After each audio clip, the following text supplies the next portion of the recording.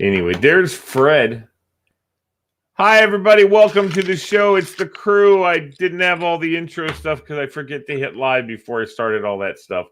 Anyway, look at Fred Schwery with the beautiful pictures behind him. Me too, buddy. I want to be like you. Pauline, it's time for me to get you a shirt. Okay, so anyway, so you'll have a MoreJoy shirt you can wear whenever you want to. I'll put on my MoreJoy baseball jersey. He will. And Tora, even though I've sent him a couple of things, he's not wearing it. I have mine. I can wear mine right now, actually. Okay, well, go put it on. No, I'm kidding. Don't do it. Don't worry about it. Seriously, don't do it. It's all right. Who is Pauline? Pauline. Fred, meet Pauline. Pauline is a Roger. Pauline, introduce yourself. Thank you. That's the word. I was thinking Roger something. I'm like, why do I keep saying Roger? So please introduce yourself to Fred, Pauline. Hi, I'm Pauline Burkett. Was Gothier Burkett when Lee knew me from Robinson.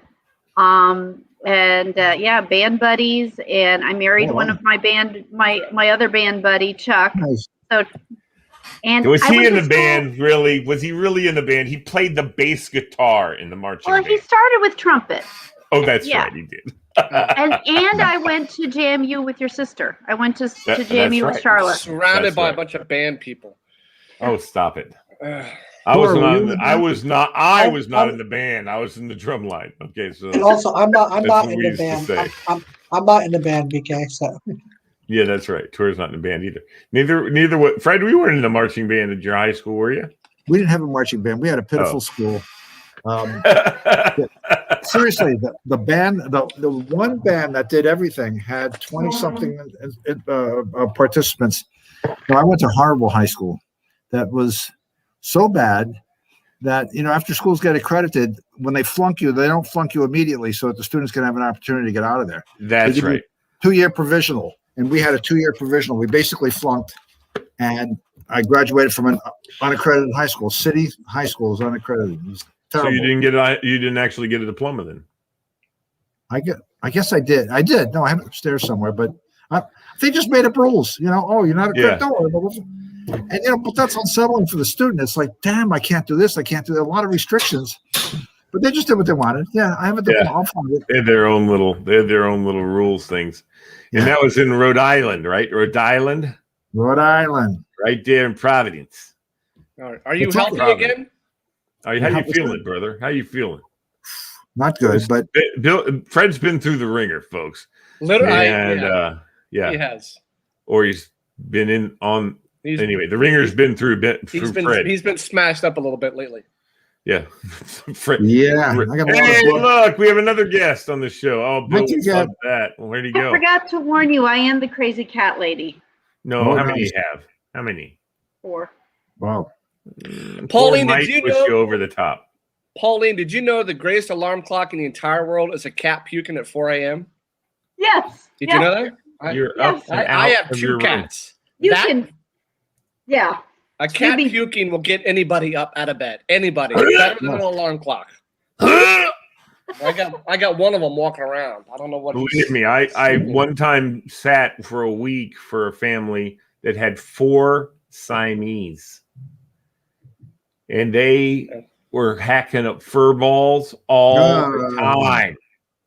I mean, they were. It was crazy. I got them all down here. Look who's on with us, Diva! Hi, Pauline. How are you? Wow, I am good. We have to be really nice to Pauline because we want her to stay on and be a regular so that we have 2 awesome women on our show. I'm totally cool with that. Yeah, I know you are, Amy. I told her you'd be excited. I was going to surprise you. So I was going to, awesome. Yeah, I was going to say, I was so excited when Pauline said she'd be on tonight. And I said, I was going to text you, Amy, and say, guess who's on? But I decided, no, I'm going to surprise her. Who's behind you? Is that Zoe? Galen. Oh, hi, Galen. How are you? So how did magnet fishing go? That's what I want to know. I want to know all about it. We want to know all about magnet fishing. What is the most interesting thing you pulled out of the whatever you pulled it out of? A piece of rebar. Oh, that's it? Just a 4-inch piece of rebar. It wasn't attached to a building? No. Unfortunately not. No, we did find. We found fish hooks, fishing lures. What looked like a broken. Body out of there. No bodies. We found what looked like a broken sword or a bayonet piece. Hold on, say that again.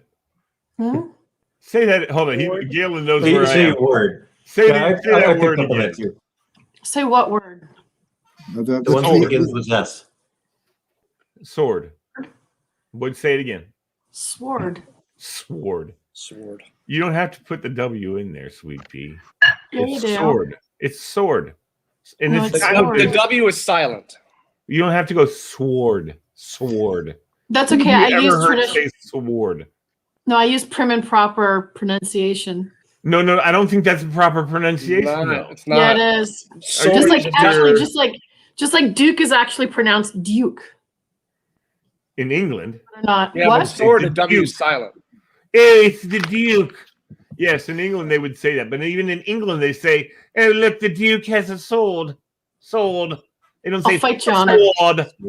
I'm gonna fight you on it. Would I'm gonna you guys? call Siri and ask her how to say SWORD. How Would about you that? guys have been? Would you guys have been freaked out if you went magnet fishing and that magnet doesn't come up, and like a couple hours later they're pulling a car out of wherever you were? Yeah. Would you Oh, freak yeah. out? She'd love that. She'd love Absolutely. They pulled cars out of where we were magnet fishing. that. If Galen caught a car, he would freak. Like He'd the love it. car that went in That there would've in been like so 1962. cool. That would have been so cool. I saw some guys, they It were would have been fishing. creepy. I saw these guys that were fishing and they were using their depth finder, and they're going along underneath this bridge and they saw that looks like a car. And so there's scuba guys. They weren't fishing. They're scuba guys looking for stuff. And they dove in. And sure enough, they found 3 cars that had been pushed off the bridge into the water. Whoa. Yeah, the police came Whoa. and they janked them out. And I don't know if they were related to any criminal activity or not, but That's crazy. No, I Amy, know. I know. Chuck Amy, does since you scuba told me- diving. If you have a lake that you need to go examine, send Chuck.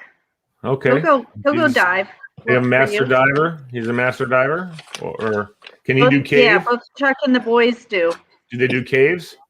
No, No, I don't think anybody's done cave that's diving. dangerous. That's dangerous. You had to have special certification to be a cave I'd diver. freak out if what was in there. That's Yeah, cool. you could. A lot I of got a question people, for Amy. even people who've Hello. never had it, get claustrophobic.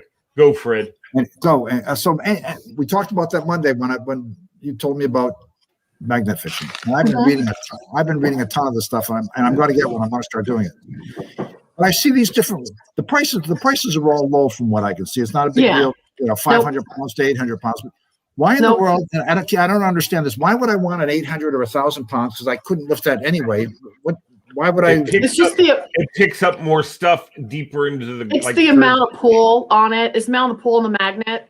So ours is like 575, and there were things that were too heavy for it would get stuck because it's in the silt. Yeah. So while the that's weight of why the Fred- object might not be that heavy, Like the pull is. pull that you need to keep An it. 800-pound pull magnet, though, is going to be a little bit more. It's going to be a bit heavier than a 575. That's for sure. But they're not that But big, though, right? it can pull more stuff. So you'll get a dime, Fred, with an 800. You go over the same place, you'll get like a coins, like a dime and a quarter because they're in the silt that Galen's didn't get because he didn't have the pull you have. Any You know what I mean? recommendations, Galen, and how heavy this thing? He just left. There doesn't seem to be any right answer. Just whatever. And then Whatever the other you thing is wanna the use. gloves. Whatever you can Recommend the haul. gloves. Oh yeah, And wear I noticed gloves. some of the people were just clipping another one on to the end of the rope anyway. So if you had a 500 and you wanted 300 more, you just go buy a 300, clip them together, and you got 800. That's exactly right. And the kits, they had We everything. used to from- do that in science in high school. We used to do in science how you can multiply the magnetic pull by putting 2 magnets together. Yeah. So some of them had kits, so some of them were just the magnet, and others magnet with the rope and the gloves, and then 5 different. Do we need what? Any recommendations? Is it good to have all this stuff? You want the carabiner between the magnet and the rope, just almost just like a fishing swivel, so that it has some play in it. The rope you want to get, however, I can't remember how long the one we had was, but the further you throw it out, the more it pulls back. So it's almost like you're troll fishing. So, the more you're going to pull it across and if you think about it, the magnet's only about this big. So when you throw it out, 575. and 8 Yeah. is going to be a 'Cause- bit bigger. Yeah, because I mean, they're all really small. They're all Yeah. small, So as you know, so you just give it a long swing, throw it into the water, pull it back. Gloves, they pull out. definitely. I definitely do the gloves. Yeah, Just it's kind because of it gets kind of gross. The rope gets a little gross just being in the water. Plus pulling the metal off. I mean, a lot of it's rusted. I mean, we found some hammered nails. So as far as cool stuff goes, we found some old hammered nails. I mean, the Susquehanna floods Harrisburg every few years. And we assumed that they probably came out of old buildings or old bridges. So we did find some old hammered nails, but screws, there's all kinds of stuff. Any coins? No. And remember, this is a magnet, so it only picks up things with iron. And Pennsylvania has a ton of iron rock as well. So we were pulling up a lot of iron rock. Are Some like with quarters pyrite in are it, which was cool. is pocket change magnetic? I mean, can you pick it up with a magnet? Mm-mm. Pocket change? You can't? No. Okay. I was just wondering. Which Because is you know what I'd interesting. do? Because you know what I'd do, Fred? I'd get me the old 200-pound and I walk down to these wishing wells and just pick them all. Just make some cash, man. Let me tell you, go up down there at 3 a.m, drop your magnet in there, pull up all that money. I had not heard or seen magnet fishing until actually just in the last couple of weeks, and I saw YouTube video, the guy in Denmark going through the little channels in different Netherlands. It was really amazing what he found, but I was amazed at how many coins he did find. But he found coins from all over Europe. Yeah. And some of them make with steel and Right. Yeah, Can you imagine what you would find in Europe? Can you imagine after World War II what must be stuff under there? Oh my God. He What's gets a the lot time? of bicycles. He gets bicycles a lot of time. He'll pull bicycles out of the channels because people, for fun, knock the bicycles at the bike rack into the channels. for fun. Yeah. That's Vandals, terrible. jerks. Yeah, exactly. Yeah. I So can we see weren't that. out there. We weren't out there that long, and we tried 3 different, just a couple throws each location just to see. Yeah. I think if you dedicate yourself a little bit more to it and stay for a while, you'll probably find different stuff. Yeah, are So you guys we'll looking do for that. other places to drop your magnet? Yeah. Yeah, that'd be A cool. friend of mine It's was kind of, in it's a detective. Alexandria walking through a park and he saw a gun. So Oh. he stood there and called the police and said, "Here's where I am. Come and get this gun." This poor guy had such a horrible time after that. They brought him in as a witness. He said, "I'm not a witness to anything other than I found the guy. I don't see, it was a Wow. murder. It was used in a murder." He had to get to Greece to see his grandmother. I mean, to Egypt to see his grandmother. This planned thing that had to be done. They wouldn't let him out, so they said you can hire an attorney, have the attorney petition the court, and the court can then, decide to do it by deposition, whatever they were going to do, something else, or he's like, "Dude, I got to pay, $1,000 to somebody to get me out of something, and I didn't witness anything other than I saw the gun on the ground." Couldn't you just get a legal proctor, for a lawyer, to come and give his statement? That's what I'm for it? saying. I thought you could do that. You can't. Lawyer it's Eva, not- you can't do that? Or you can Record file your an affidavit. deposition. Something It that's depends very on what they were simple. doing. It depends on what they were doing. Yeah, Yeah. they weren't doing anything. It depends on what point you are in the. gun. Yeah, the question is, were they going to trial? Could they do it via deposition? Oh, there you go. They just need. I think he Is just this needs to person get this- actually a suspect? Perhaps. I mean, I don't know. Right, the guy who filed it, could he be an enemy of? Could he be an Yeah, enemy? so of what the guy? that tells people is mind your own business, don't get involved. And it's So I like, keep thinking no, that once we need to stop minding our own business. We need to start getting involved. When you're standing in line, for instance, this has happened at our Target in Burke. There's a lady of color with her kids in the line, and there's an old white lady behind her. Uh-oh. Sorry, an older lady, not of color. Anyway, but she's behind her, and she starts calling these little racial derogatory names. And some other person jumped, and the mom and the kids didn't say anything. They kept their mouths shut. They didn't do anything. A Wow. lady behind him jumped in and said, "You need to shut the hell up." And that lady got into, "You better just shut up. Leave your mind your own business." All that kind of stuff. Police got called. I mean, and I think the lady got charged with threatening, threatening words or whatever the legal term is, attacking with assaulting with threatening words and stuff like that. Verbal assault. Verbal assault, libel, yeah, whatever. Yeah. All that kind of stuff. So, and we've got friends who get that kind of that kind of ridiculous comments from people. I pray and hope that my friend Tora doesn't get that, but I'm imagining when he was little, he got problems with other kids and stuff like that. And you know what? If you're a kid there, Tora, I mean, did you have people that did that to you? You was here, right? Yeah, when I was little, that happened to me a whole lot because of my name. That too. It was not friendly when I was little. It shouldn't. Oh, Tora, what are you, Muslim? You know, I mean, so yeah, whatever. You bunk. Well, you can shut up. What do you care? How are you, Tora? I am well. I am well, Fred. Just prepping for my pre-op because I'm getting a procedure on Monday. Good luck, buddy. Yeah, I know. Good luck. It'll be fine.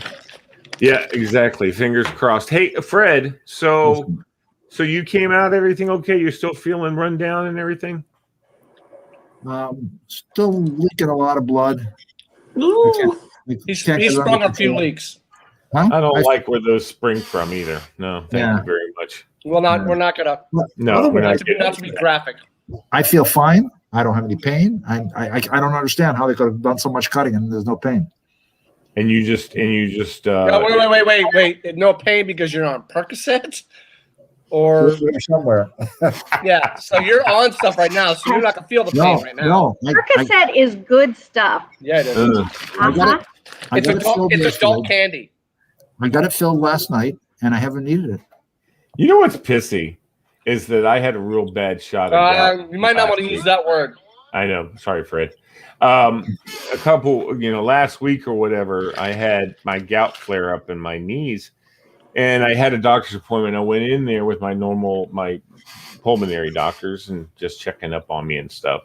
I'm about to go through the ringer on tests though, because I'm coming up on my 2-year anniversary. So they're going to put me through the whole yearly testing and everything. Yeah, and they've been monitoring me all this time, and I'm fine. 2 years has flown by. Yeah, it has. It really has. 2 years? 2 years, June 5th. June 5th. Wow. Yeah, like 2 years. Congratulations. Yeah, I know. Thanks, man. Feel good. But here's the thing. I was there for the gout, and I did not open my mouth and say, dude, can you give me something for the pain just to take during the pain? Because I'm allowed to take, for instance, Tylenol, and that's probably what they would have said. Just take some Tylenol. Yeah, not strong enough. Thanks. I need something a little bit more so I can get into the bed and actually fall asleep. Because the pain is excruciating. And so, but I didn't think about it. So maybe I'm gonna have to. Next time I talk to somebody who can write that kind of script, I'm gonna say, dude, I need you to hit me up with something so I can have it on hand. While I'm here, can we do this? Yeah. Yeah, exactly. And they, you know what? They've always been pretty good about stuff like that. I mean, I've never asked for painkillers before, but they offered me some. I of course had some coming home from the hospital, and at the hospital, I had the really good stuff. 2 balls of stuff that was directly into my spine. I mean, they were my. Great. I loved my. I'll just put away my pretzels then. Yeah. I had a spinal. Painkillers, Bill. I had a spinal for the first time. Anybody have a spinal? Oh, a spinal tap. Oh, I've had a spinal tap. Yeah. Well, not C-section. Yep. Oh yeah, there you go. Man, I said, oh my God, my toes are numb. My feet are numb. Where's my legs? Can't move anything. It's kind of like I can start working its way up. Yeah. I only went to lower, but it works its way up. It's nice. It's fine. Thank God it's past my belly button. Whoo! Lee, I have to bow out to go get Emily, but I'll be back. All right, buddy. See you. Yeah, Fred, I'm getting I just found out today I'm getting major knee surgery in a couple months. All right. You're a young buck. What's what that? Are you getting done? They want to do something called a derotational osteotomy for both of my knees. So as scary as it is, as scary as it sounds. Derotational osteotomy. I even remember what you just said, Tor. I have no idea what it means, but What does that mean? It's basically like knee replacement surgery, basically. It just sounds painful. Yeah, do they take the whole knee out and put a new knee in?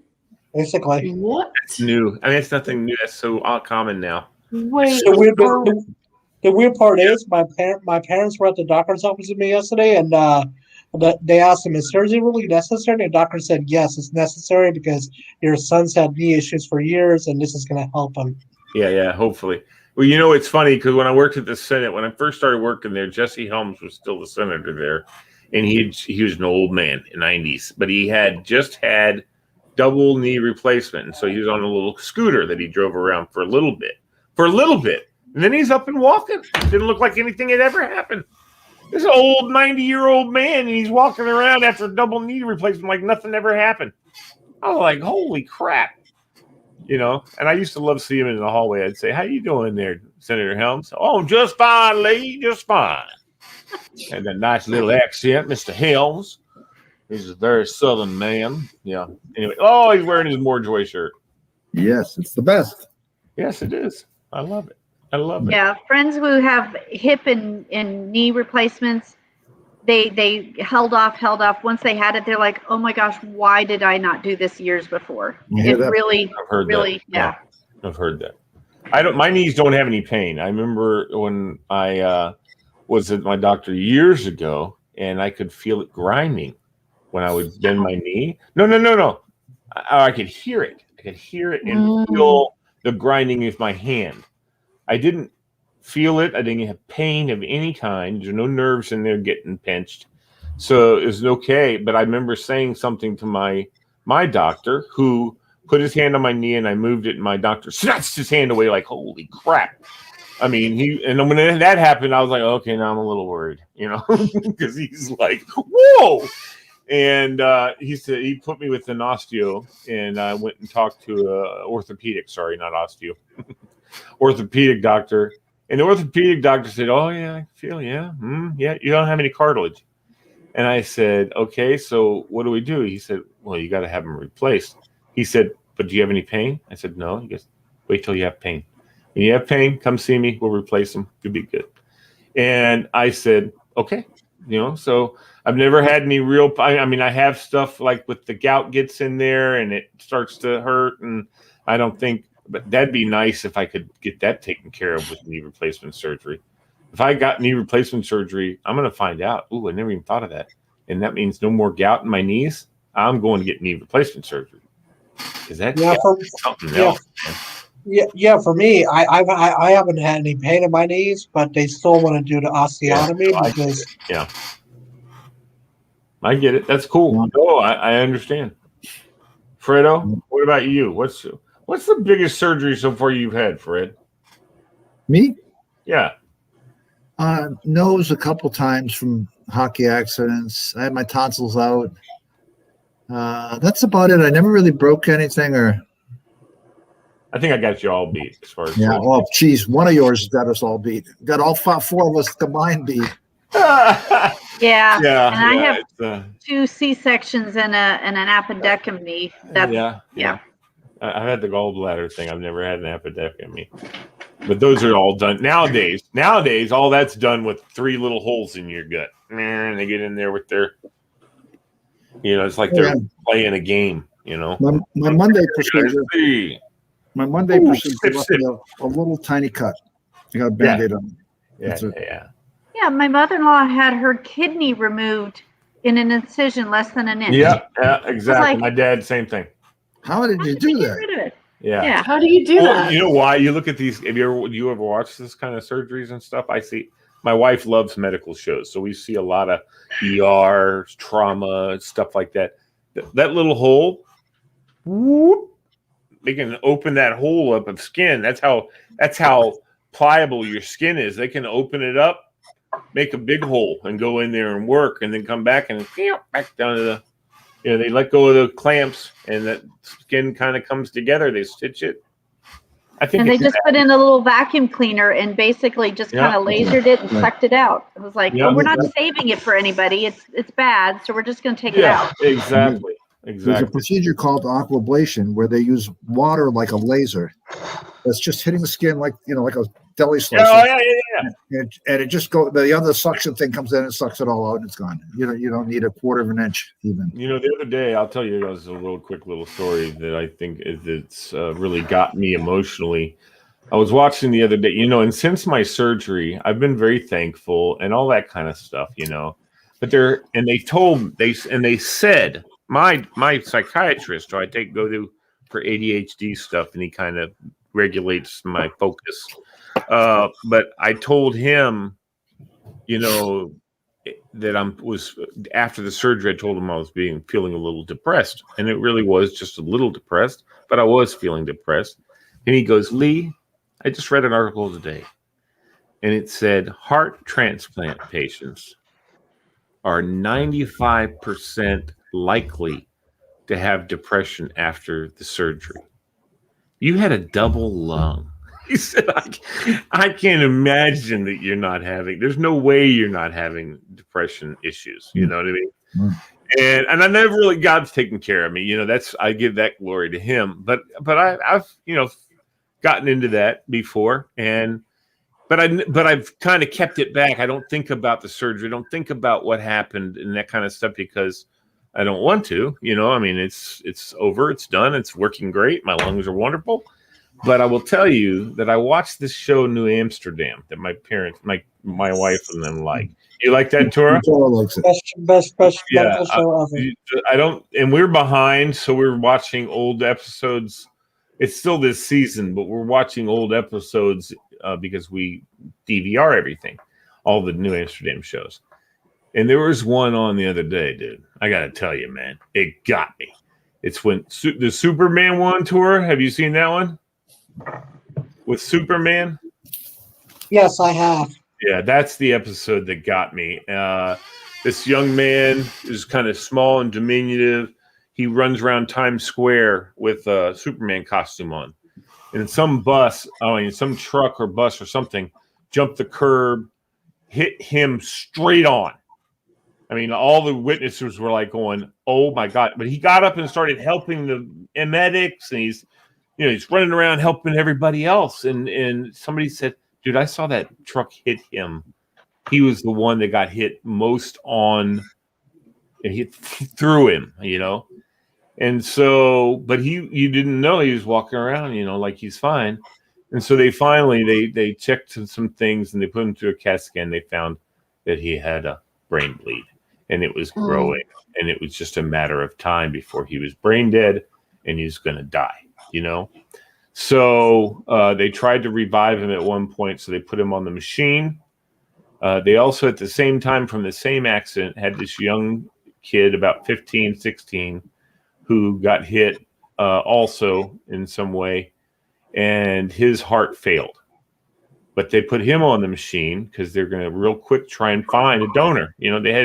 Hearts have a little bit longer time span than lungs, for instance. Lungs have to come straight out and almost definitely go straight in.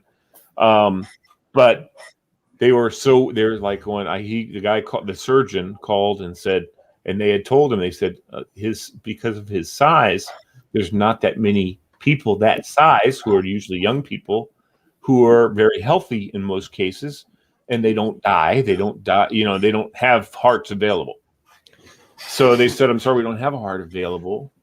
And the emergency room chief, who was working on the other guy, and she was so sad because she was annoyed by this guy running around helping people. And she made him get restrained, and he's like, I'm just trying to help. And so she felt really bad. All of a sudden, he can't do anything. And he's died. He has basically died. And she looked at his driver's license, and she showed it to the thoracic surgeon, and he said, yeah, that's the Superman guy. She flipped it around and said, I'm a donor on it. On the donor, it had a donor sticker on it. And she goes, think about how big he is. The guy's like, oh. So they went through the whole thing. And this thoracic surgeon in the show is putting the new heart in and stitching it all the arteries and veins and all that stuff. That's what thoracic surgeons do. Thoracic surgeons are, I think, one of the most talented doctors on this earth as far as being able to stitch around in circles. They got to put that stuff all together. That's their gift. I mean, they're truly. And my thoracic surgeon, y'all, I got to tell you, a lot of people, I don't tell this story all the time. I would be happy to tell anybody anytime. But the day they said they found me lungs, and that they were going to have the surgery. I said, who's going to be the surgeon? Because I had met Dr. Bogar previously. Linda Bogar is her name. I'd met her during all the prep stuff. And I didn't know this, but she's the director of thoracic surgery, was at INOVA. She's down in Orlando doing the same thing. But I said, no, she's not here. She's off. So Dr. Flynn or Ryan, Dr. Ryan, that's his name. He's going to do it. And I was like, oh, okay. I'm sure he's good and all that kind of stuff. I wasn't worried about it. I mean, he's one of the team and everything. And then right before everybody left, Dr. Bogar comes walking in my room. And she goes, hey, how are you? And I said, I'm good. And she said, so I hear they got you some lungs. And I said, yeah. I said, but unfortunately, you're not going to be available to Dr. Wright. She goes, oh, no, I'm doing it. And I said, what? I thought you weren't going to be available. She goes, oh, I wasn't going to be available. When I saw your name, I said, oh, that's mine. So I'm getting ready to go home, go to sleep for a few hours before the lungs get here and stuff. Mm-hmm. And then we'll be back and we'll do it tomorrow morning at 7 a.m. And I remember, I don't think I cried at the time, but I remember looking up and going, oh, you stinker. He's so good at doing stuff that'll make you at ease and stuff. And as I thought about how blessed I was to have the chief pick me to do my surgery. I mean, it was just miraculous to me. I was just like blown away. And of course, everything has worked out beautifully. It's wonderful. She's down in Orlando. I actually can still talk to her on Facebook. I send her messages and I sent her, after this happened, I sent her a message saying, I just watched, and I told her the whole thing, and I couldn't stop crying. I was so grateful. It was grateful cry. And right now I'm tearing up a little bit, but I'm just so grateful. And I hadn't, and the other reason, then I started crying because I realized I really hadn't been grateful for all these steps that came into place. I thought about it, but I hadn't really been, properly grateful. And I think that's one of the things in this world that we all need to be. We all need to be properly grateful for what we have, because what we have, how many people don't? I mean, millions, billions of people don't have what we have. They don't have the nice artwork behind us on the wall. They don't have a cool Raiders banner on the wall. They don't have a cool I'm on the air thingy-job back here in the corner. They don't have a fishing magnet. They don't have an 800-pound fishing magnet. No. Pauline, they don't have all kinds of nice wood shelves on the wall and their kitty cats. Well, some of them have kitty cats. Meow. Okay, sorry. My Raiders banner is yours. It's getting mailed to you. You can have it. I don't need it. I don't like the Raiders, but I like it in your room, Tor. So you keep it. You keep it and you put it up in your new house and prominently display it, bro. And you need to set up your own little studio at your apartment. Nice. Yeah, but your story is great because I can relate because I had a lung collapse 2 years ago I didn't even know what was going on because it was the year when the Capitals won the championship. That night I was out with friends, and I was out like a TGI Fridays or whatever, and after the Caps won, they were doing the trophy presentation. I felt some discomfort in my stomach. I was like, okay, I don't know what's going on. So then I went home, and my parents took me to the emergency room, and they determined it was a collapsed lung. And I did something called a hiatal hernia surgery, and it was the worst experience of my life. I was like, I hope I don't have to go through that again because I'm young, and that was just it was an experience. I'll say that. But everyone at Reston Hospital Center was great. Like they really all the INOVA hospital. Is Reston Hospital part of INOVA?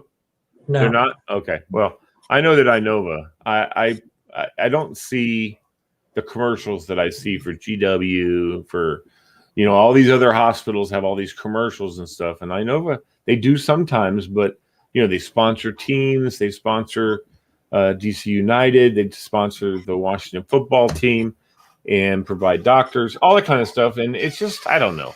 I know it's a big, big corporation, and a lot of people don't like corporate giants, but they do a good job. Yeah, I Fred. believe that Innova is a nonprofit. Well, they say they are. Yeah, I know. Somebody's making money. Yeah, the there's money making a lot of flowing money. somewhere. Yeah, the guy who's and so what happens is, that's why I was thinking I could make MoreJoy a nonprofit and just have a salary of $600,000 a year. Exactly. That's what's crazy to me. You see these nonprofits. Look at what the CEOs make. I mean, it's crazy. But they're also bringing in money, and I just think, you know what? Don't give them a salary. You give them a commission. There you go. You give them a nice little fat commission. All the money they bring in, they get a piece of it. But the only problem, and it's just like in radio, the sales managers, all the salespeople work on commission. They don't get a salary or anything like that. Whatever sales they do, they make money. And what's so funny is that anybody in the radio business will tell you they hire in a sales guy. He comes in for 30% commission. He has a team that works with him. He pays them out of his 30%. They all sell all kind of stuff. He gives them like 30% of what he makes on it or whatever. Anyway, it's always weird. Problem is he starts making more money than everybody else in the station. Okay, everybody else. Then they decide, well, we need to get somebody else in here at a lower commission. So we're not paying so much. Dude, the reason you're paying so much is because you're making a buttload. You know what I mean? Don't be stupid. I mean, keep paying that guy. Say, hey, keep bringing it. We'll raise your daggone commission, if you bring in more money, and I don't understand why they get weird about crap like that. BK's not back. Okay. But yeah, it's just strange. I don't know what happened to Walter tonight. I just thought he's probably with Kelly tonight. That'd be great. I hope he is. I just would have liked a little notice, but that's okay. So when Bill comes back, he's got some stuff for us to do. One of the things. How many states have you guys been to? Tora, how many different states in the United States have you been to? Can you name them? I mean, can you think of them number wise? You're on mute. Yeah. I've been to a couple of different states. I've been to Canada, which is considered a state. That's not a state; it's a country. I've been to Colorado. I've been to California, Florida, Georgia. So I've been to a different couple states. Okay, Fred, how many states have you visited? I don't know. I'm going to look here. Arizona, California, Colorado, Connecticut, Delaware, Florida, Georgia, Vermont. You've been to Vermont. I'm going alphabetically. Indiana, okay, Indiana, Kentucky, Louisiana, Maine, Maryland, Massachusetts, Michigan. Sat in an airport in Minnesota, but that doesn't really count. It counts. Yeah, you visited Minnesota. I don't count that.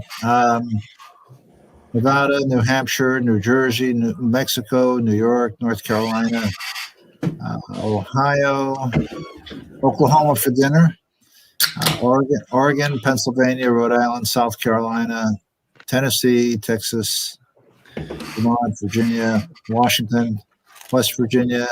All right. So which states haven't you been to, Fred?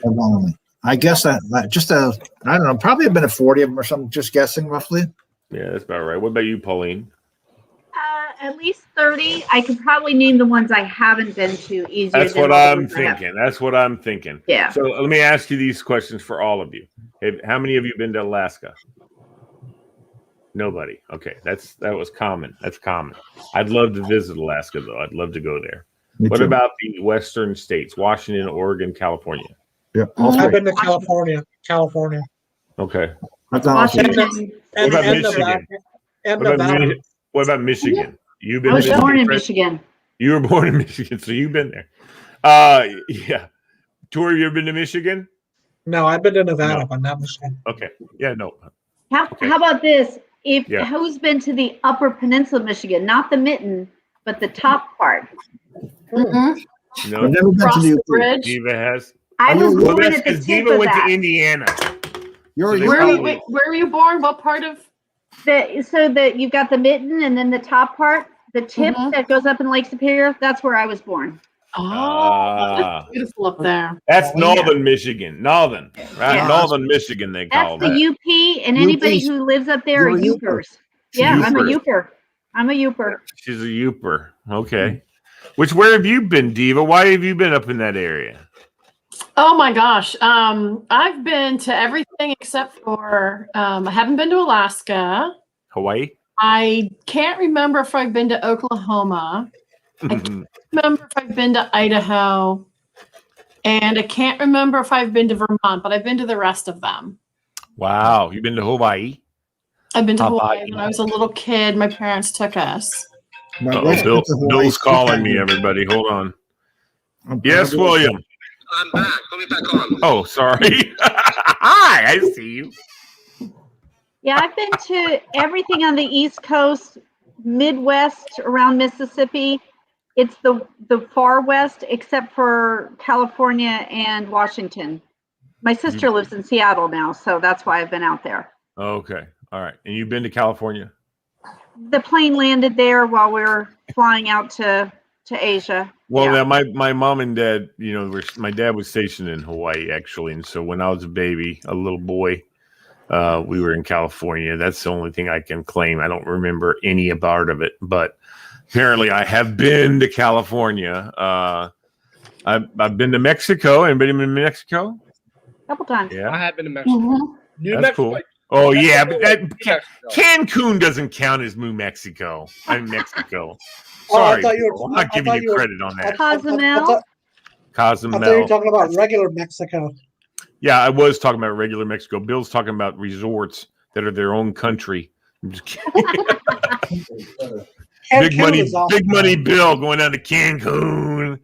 All Punta- those fun Punta- places. That was my beach week in '85. So Punta Cana is also awesome. Punta Cana, yeah. Punta Cana. How Yeah, about- I mean, there's lots of like nice places down in the, near the Caribbean, I guess, right? Yeah, I get Mediterranean and Caribbean mixed up all the time. You're like, oh, Sicily's in the Caribbean. No, Lee, that's the Mediterranean. Yeah. Stop. So, what are you eating? Rice cakes? Exactly. good lord. I've what never been happened- to South I America. have some I'd like to go there. styrofoam you can eat. Were you talking about the Mediterranean? No, My I'm favorite not. place? No, we weren't. No, we weren't, Fred. We weren't Caribbean? talking about your homeland. Where did you say you want to go, Pauline? I'd like to go to South America or Africa. I've never been. I've been to Asia, Europe, North America. I haven't been to Australia. That's a big trip. I think Chuck and I are my going to wife's do a. been there. I have never been there. That's Yeah, beautiful. we're going to plan a big Australia, New Zealand trip for diving and yeah. That's that'll cool. be- I have a really good friend who lives in New Zealand. He was in my youth group at church back in the '84 and stuff. His name is Steve Ackerman, but he went to Woodson, like Mr. BK Blaster. And but he married a New Zealand girl. He married a Kiwi, and he's been living there for years now. I mean, he's got a couple kids, and yeah, and every now and again we've had him on here actually. Every now and again he'll call and we'll chit chat on here, and that's cool to have the old New Zealander on with us to chit chat about stuff. But I'd love to go to New Zealand. That's of course where The Hobbit was filmed, and the grandiose landscapes are just absolutely stunning. And yeah, and if I went there, I'm going to tell you, I would get in a plane and fly through all that and see all that as fast as I could. Hiking, no thanks. I'm not a big hiker. Thanks very much. I mean, but I would love to get like a little Piper Cub, have a pilot, pay him a couple $100 and just fly through there and just take my video camera and just videotape everything and just that's on the bucket list. And as an adult, I'd like to go to Hawaii and do the same thing. Yeah. Oh, what is it? Island hoppers. I'll call island hoppers up and fly around Hawaii. I'd want to live in Hawaii because that's the best place. Yeah. And I don't I'd think go, I'd wanna live I'd go there. hiking there. Tora, you won't. Hawaiians don't want you to live there. They No, they don't want. You can visit. They seriously do not like you living there, and it's very expensive. I have my Not gonna greatest happen. story when I was a kid, and I don't remember this. Of course, my mom tells this story. They were filming Tora, Everyone remembers that in English class, right? Or history class. I think history class. We all watched that in high school. Tora, Tora, Tora. They were filming Tora, Tora, Tora right as my mom and dad were packed, or my mom was. My dad had already gone back to the States to get ready to go to Vietnam. But my mom was getting everything packed up, you know, the life of an army wife. She was just getting everything packed up, and there's a lot of indigenous Japanese that live in Hawaii. And so her whole crew was Japanese that were loading up her whole goods. And they were doing the flyover between the pass, the Waikiki Pass, or whatever the hell it is there on Oahu. And they had all these vintage Zeros flying in formation over between the things. And my mom didn't know it was happening. She didn't hear the word, but she did hear the rumble of the planes coming. And then she heard all of her people yell, "Bonsai!" They were all yelling "Bonsai." She's like, "Okay, are we under attack? What the hell's going on?" She was freaking out because they were like screaming "Bonsai," and she was scared to death. She was like, "What the hell is going on?" It was just the workers loving seeing the Japanese planes flying over. That would have been a cool sight. I would have loved to have seen that. That would have been very cool. Well, of course, we saw it in the movie, but it's not the same not the same as if you're sitting on the ground and actually watching them fly over you. That's cool stuff. That would probably freak me out if you weren't aware that was coming and like, wait, what? We've had the World War II planes come down the Potomac, you know, for the memorials the last couple of years. Yeah. And they fly right over my elementary school. And that's so amazing to, 400 kids ran out and watched them. And, you know. Did you guys do that? Did you guys let them all come out to see all the planes? That's cool. That's very cool. I mean, you know, I've been in schools where they would have kept you in your damn room and you wouldn't have had any fun. And you can look out the window, kinda, you know. Yeah. Everyone sit down. Don't look out the window. Oh, we were outside for half an hour, 45 minutes when the space shuttle came. We were like lunches outside. Everybody had to go outside for lunch and just sit and wait for that. Yeah, didn't they just do that not too long ago? They brought a space shuttle through. It was about 8 to 10 years ago. Yeah. Was it that long ago? No, something was really recent. In fact, during the pandemic, somebody flew through because, or maybe it was Air Force One on a goodbye. There was a recent. I don't know. There was a recent flyover. I think the Blue Angels or somebody flew. Oh, that's what it was, Bill. Right, that's what it was. But about 8 to 10 years ago, they flew in one of the shuttles and they stopped traffic on 2850. Everyone is just watching this. I don't know if it was a Columbia or one of the. We were in school. I saw that it's from Falls Church. They flew right by the school. Right, and then also that Blue Angels thing, which was last year. Went over and we went over to Burke and went up on the parking garage and watched them go over and come. And we got to, luckily where we were, we could see them go out and we saw them come back.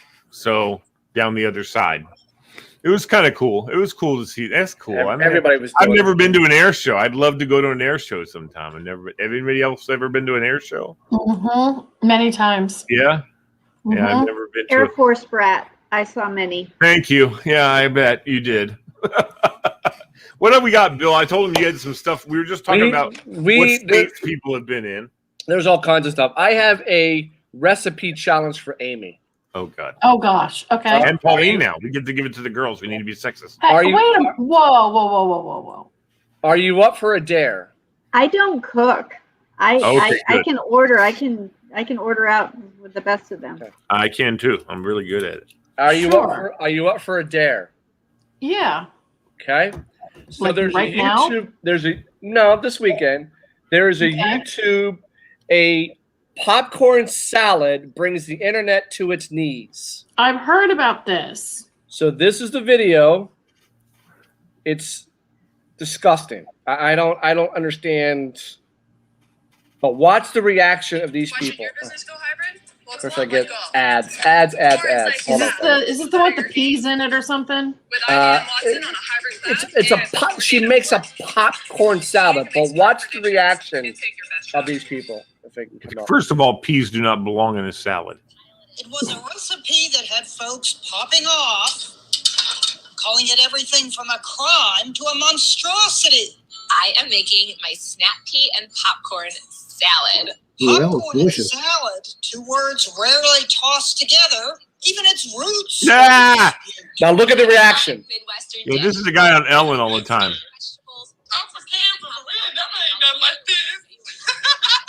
The Food Network's Molly Ye whipped the internet into a frenzy with her mayonnaise, sour cream, and Dijon mustard dressing, plus veggies ranging from carrots to snap peas, and then the crowning ingredient, popcorn topped with white cheddar powder.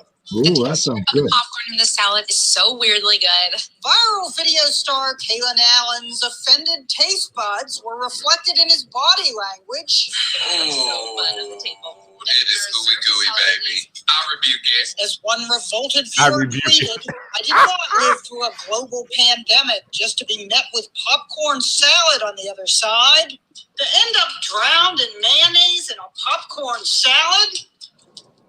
Enough to make popcorn want to flee the pot. Okay, that's stupid. That's So, dumb. so there's your challenge for you to make a popcorn salad and tell us how it goes. I'll make my own because I hate carrots and mayonnaise. So Yeah, me too. Oh, I don't hate mayonnaise. Yum, Ooh, I yum, yum. can't stand I carrots. saw They're this on hideous. Fox the other night. Somebody on the Fox and Friends. I don't they did think it. I don't think I can handle that combination. Something about it is just wrong. Well, I do love popcorn. I mean, I don't eat it very often because corn's not a good vegetable. No. But I do love popcorn. In fact, I had some the other night after everybody else went to bed. And I might do that tonight now too. Thanks a lot, Bill. Yeah. By the way, my favorite. Add carrots makes it healthy. Those are awesome. These Love are them. the best damn pretzels. You Yeah, can buy. yeah. The Tora pretzels loves them. They are so damn good. They I are don't good. know And about you know that. what? You get a good cream cheese. A good Yeah. cream cheese doesn't even have to have flavor. Yep. Just the cream cheese and dip those. I've still got to do the God. everything bagel with strawberry jam. I have yet to do that. Really? It's good. I haven't. It's awesome. I think I've done. It's I awesome. definitely have done it before, but I It's on haven't my done it. list to do. That's another thing. It's Saturday, so maybe we'll go get some Einstein bagels early. Not Einstein, but whatever it is, Bagel Factory. And then come home and watch Chesapeake the Royal Bay. Funeral. There you come go. home and watch the No funeral. thanks. That's all Yeah. right. No. I don't need to see Philip get bounced into the ground. All right, so everyone needs a piece of paper and a pen because we're gonna play the game of life.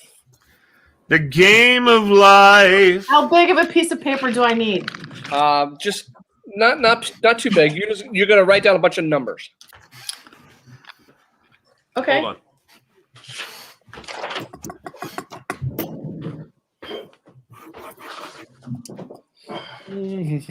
So anyway, apparently William and Harry will not walk together, but it's not drama. Apparently, it's that the way they're walking together was predetermined or predestined by the Queen. So there's no drama when people see William and Harry not walking next to each other. All right. Is that for the funeral? Yes. So for this, you're going to give yourself 1 point for every one of these that you have done that I will name off. MoreJoy. Nice, Lee. I need one of those. Nice, I Lee. know. You like my pens, I guys? like that. I have Mailing, Lee. gold and I have silver. We'll start mailing them. Anyway, I like silver. Like I gold. know you do. I'll be right back, guys. I'll be right back. All right, Billy Boy, go ahead. Where the hell did he go? He disappeared. Yeah, where did he go? Well, he has to play the game. So I know. all right, Give me just like a minute and a half. He's got to go to the I bet bathroom. he's going pottying. He is. Okay, so Have while to we're wrap there, Bio break. while he's doing that, Pauline every rookie has to play this game. You ready? You have to play the cereal mascot game. Every rookie has to play it. Cereal mascot. I will give you the cereal, you give me the mascot. Basically, so you understand, this show that we do is meant to be goofy and stupid. It's just we just come up with goofy, stupid stuff. That's what the whole I got So trick It's cereal. not stupid. It's rabbit. goofy and stupid. It's meant to be that way. It's Okay. gonna be goofy, but not Rabbit. stupid. Frosted Flakes, Tiger. Tony. Honey Nut Cheerios, Bee. Blueberry, The ghost. Lucky Charms. Leprechaun. Lucky. Rice Krispies. Snap, Crackle, Pop. Wow, she's good. What are they? Elves. Captain Crunch. Captain Crunch. Captain. Fruit Loops. Toucan Sam. Wow. Cinnamon Toast Crunch. The Cinnamon Squares. What's the mascot? See, this one gets everybody. Pauline, don't worry. A technical mascot. It's the chef. I never eat that one. I don't know. Chef Wendell, and it's the best. It's one of the best cereals out there. And then last one, Honey Smacks. The bear. Oh, the frog. Oh, frog. Oh, Honey yeah. Smacks. Every rookie has to play this game. Okay. So everyone's got a piece. Hold on, I got to say something real quick, Bill. My wife ordered from Sam's Club, and she was ordering, like, we get stuff sent to us, different kind of groceries and stuff like that. She couldn't resist, and she ordered something, and when I got home and I saw it, I almost passed out. It's a jar this big of cinnamon Toast Crunch cinnamon. It's the stuff they put on it, on the cereal. Nice. Oh my God! Tomorrow. I've got all these tomorrow things I'm going to do, but I want my mother-in-law is going to tomorrow make me some fresh bread, and I'm going to make toast. I'm going with a buddy of mine to Gettysburg tomorrow, and we're going. Be careful! Don't get run into. Well, he's driving, not me. Oh, okay. So we're going to stop at that market on 15 that's got the lemon blueberry bread that basically makes your heart stop. Nice. So I got to get some of that bread. So I'm going to give you 20 questions. You're going to give yourself 1 point if you have done it. I'm going to let her fly. You ready? Let them fly, bro. 1 point for every one of these you've done. Question number 1. Went to a drive-in movie. Question 2. Smoked candy cigarettes. I just saw this actually. Go ahead.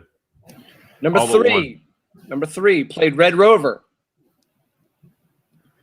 Number 4. Drank from a garden hose. That's my generation, buddy. There you go. Mine too. Number 5. Ate bread and sugar sandwiches. No, that's the one. That's one of the Never heard of it. Number 6. Yeah. It's you put butter on the bread and you put sugar on it, and it's really awesome. Number 6. You said the pledge in school. Number 7. You watched American Bandstand. That's Fred. Number 8. Had or have a blood brother or sister. Question 9. Used a paint by numbers kit. Number 10. You rode in the back of a pickup truck. Number 11. You collected S&H green stamps. Number 12. You drank Tang. Number 13. You played tetherball. Hell yeah. Number 14. You shopped at a 5 and dime. Number 15, you made Jiffy Pop popcorn, not in the microwave, but on the stove. What? Or fire. Number 16, you read Highlights magazine. Mm-hmm. Number 17, you wore hand-sewn clothes. Say what? You wore hand-sewn clothes. In other words, your mom made you clothes. Oh, what did you call it, Bill? Hand sewn. Hand-sewn. S-E-W-N. Meaning like they fixed something, or it was a new shirt like this? Oh, no, they made you a shirt. Made okay. with the whatever. And that's just hand. I mean, they could do it with the sewing machine, but it's handmade. All right. Question 18. You ate veggies straight from the garden. Number 19. I had to look this up. Made a cootie catcher. Yeah. No. Number 20. You clipped playing cards to your bike spokes. Oh yeah, that's what I made, a cootie catcher. So I'll go Lee. How many did you get? I got 17. What was the last one you said? Clipped playing cards to your bike spokes. Okay, I got an 18 then. So you got 18 out of 20. Tora. 18 out of 20. I got 5 out of 20. I told you that's like because a lot of this is aged. You haven't lived. That's what we did as a kid. Pauline, how many did you get? 17 out of 20. There you Fred. go. 18. Yep. So Lee and Fred are tied. Amy. Yep. 19. You're on mute. Amy, you're muted. sorry, 19. Damn, she's in the lead. Okay, I had 17. Hold on.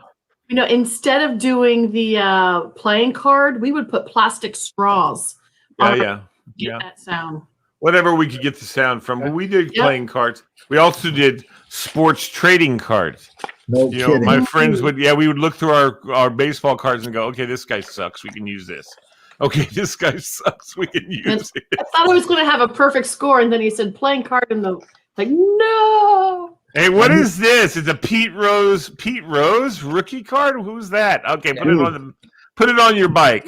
That's right. There you go. There she is. Look at that, Bill. Yeah, I used to drink Tang like it was going out of style. Did you? Shut up. What you said? That's Chuck's. There's nothing to. What are you eating there, Pauline? Bread. Oh, I started getting hungry when you're talking about food. sure. I had a couple of rice cakes there. Some of the topics we have tonight, Pauline does not have. She doesn't have bingo sheets, nor does she have the It's Just Madness challenge. So let's not do bingo. Okay. So we're going to do a list of the 20 happiest countries and the 20 unhappiest countries. Which do you want to start with first? Unhappy. Unhappiness. Unhappy. There was 149 countries listed. Oh my God. What do you think is the most unhappiest country? Kazakhstan. You're close. Sierra Leone. Uzbekistan. You're close. Afghanistan is listed as the unhappiest country. There you go, Tor. Gosh. That's why Tor lives here. That is not cool. That's why Tor lives here. That's why so many Afghanis in the United States. The 20 most unhappiest countries from 130 to 149. By the way, not a bad thing. I'm just saying. Swaziland. Swaziland. Yeah. Comoros. Comoros. What's that, Fred? Where's Comoros? It's isn't that an island off of Africa? I have no idea where it's at. Okay. Egypt, Ethiopia, Mauritania, Madagascar, Togo, Zambia, Sierra Leone, India. Where the hell's Mauritania? No idea. No idea. All right. India, Burundi, Yemen, Tanzania, Haiti, Malawi, Lesotho, Botswana, Rwanda, Zimbabwe, and Afghanistan are the unhappiest countries. Okay, and I gotta say, and again, there's nothing wrong with this. I'm not banking on this. There's a lot of those countries you just named. We got a lot of those people who who are from those countries living in the United States. Yep. So what do you think? It's a beautiful thing. I love that our United States is so diverse. That's awesome. So from 1 to 20, what do you think is the happiest country? The United States. Sweden and people like that. All right, hold on. United States comes in at 14. Okay. I'm going with Denmark. Denmark comes in at 3. Switzerland comes in at 4. Sweden comes in at number 6. Norway. Finland is the number 1 happiest country in the world right now. I don't buy that. I'm 25% Finnish. Everything, you know what? Nice. And everything is available to you in Finland. As long as you just turn your check over from work, and then they'll pay for they'll provide everything for you. You just don't have any money. Survey they did back in late March. So coming in at 20 is France, 19 is Taiwan, 18 is the UK, 17 Belgium, 16 the Czech Republic, 15 Canada, 14 the US, 13 Ireland. At least we beat Canada. 12 Australia, Fred. 11 Israel, 10 Austria, 9 New Zealand, 8 Norway, 7 Germany, 6 Sweden, 5 the Netherlands, 4 Switzerland, 3 Denmark, Iceland 2, and Finland is 1. You know, and it's really funny too, because if you say where in those countries, like for instance, there's places in Germany that are just absolutely wonderful. And if someone lived there, they'd say this is the best place I could ever live. But there's also places, go to Berlin. I mean, there's going to be Berlin's an inner city. I mean, it's probably not the happiest place for people to be. But if you're in the Alps, for instance, oh my God, where my cousins live, They not my cousin, my cousin lives in down in southern Germany. And the town they live in, base of the mountains, it's beautiful. You know, you just you drive over and you get on the ski lift. Up you go. And you ski down, and when you ski down, you go back up. And then when you're done, you ski down, and you basically, during winter, you ski right over to your car, take off your skis, jump in the car, head home. Or you ski home. You can just ski home. You know, you can go, getting there would be a pain, though, I think. I'm not a winter fan, but one day I do want to go to Austria and like Christmas time and ski in Austria, just to say I've done it. Stay in an Austrian village and buy yourself a cuckoo clock. Oh yeah, dude. Just tell you what, man. Germany. When we lived there, there was so many cool little towns all over Germany, and you know, Neuschwanstein. You can go there and see the Cinderella's castle, which is the real thing. And there's just so much to do. I got to go back to Germany. I went back one time with my grandmother because my uncle and his kids lived there and his wife. And we went back and we got a little bit of chance to see a few things. But I want to go back there with my family and just do a tour of stay in the pensions. That was one of my favorite experiences with the big puffers. You know, you sleep when there's no sheets, there's no blankets. It's just a big puffer. You get underneath the puffer, you pull that on you. It's all you need, man. It does your body heat perfectly. Summer, winter, whatever, doesn't matter. You get under that puffer and the temperature's perfect. And then you get up in the morning and you have soft boiled eggs. Snip the top off and get a spoon and dip out the soft boiled eggs. Nothing better, man. Longer. My mom used to make me an egg in a bowl when I was sick. It was fried egg, bacon, toast, soft-boiled egg in a bowl when I was sick. It was awesome. All right, I'm going to test you guys on national symbols of different countries.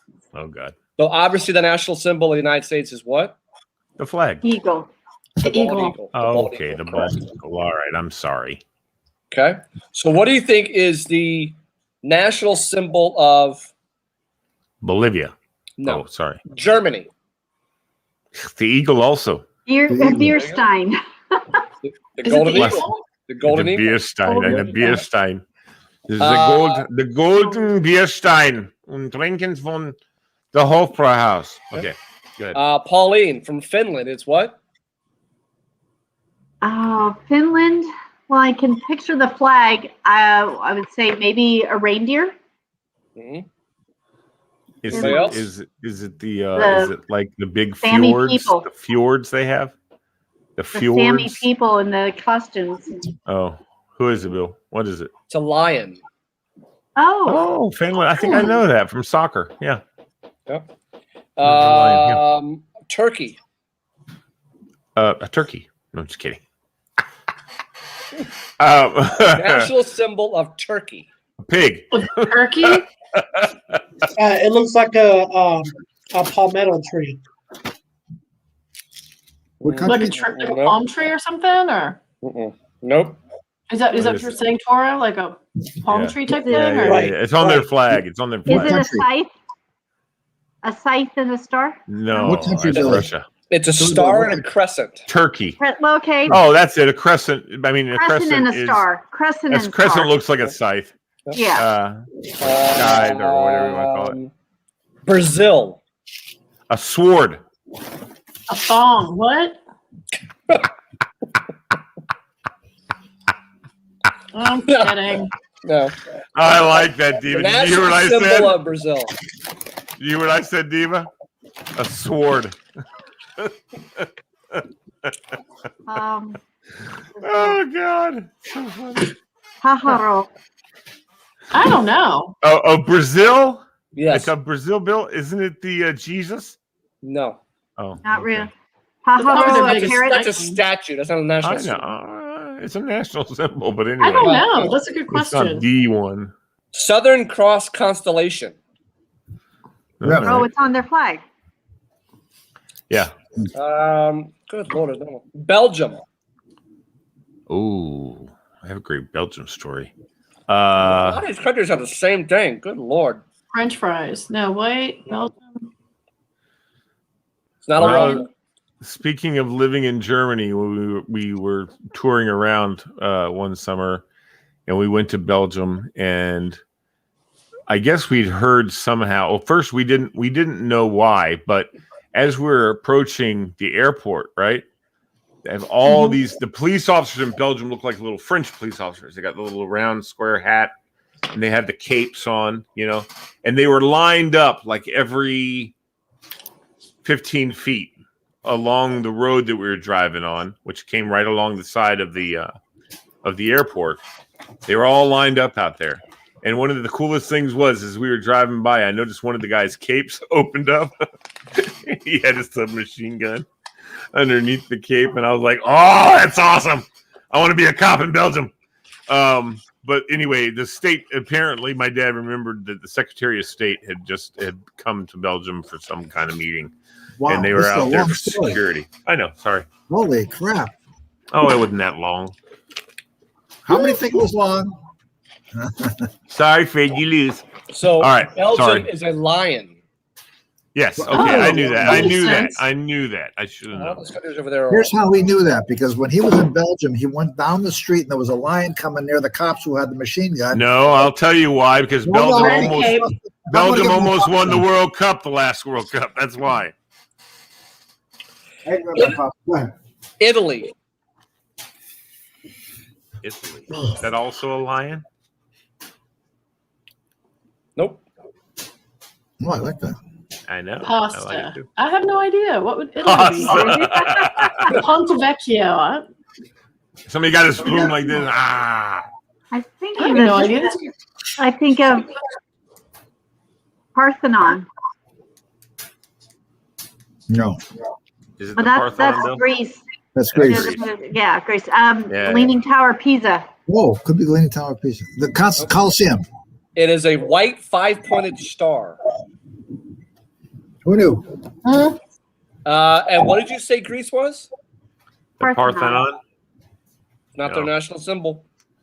I could say it It's nasty. the thing that's on the flag. It's the thing that's on the flag. That's going to be my new guess.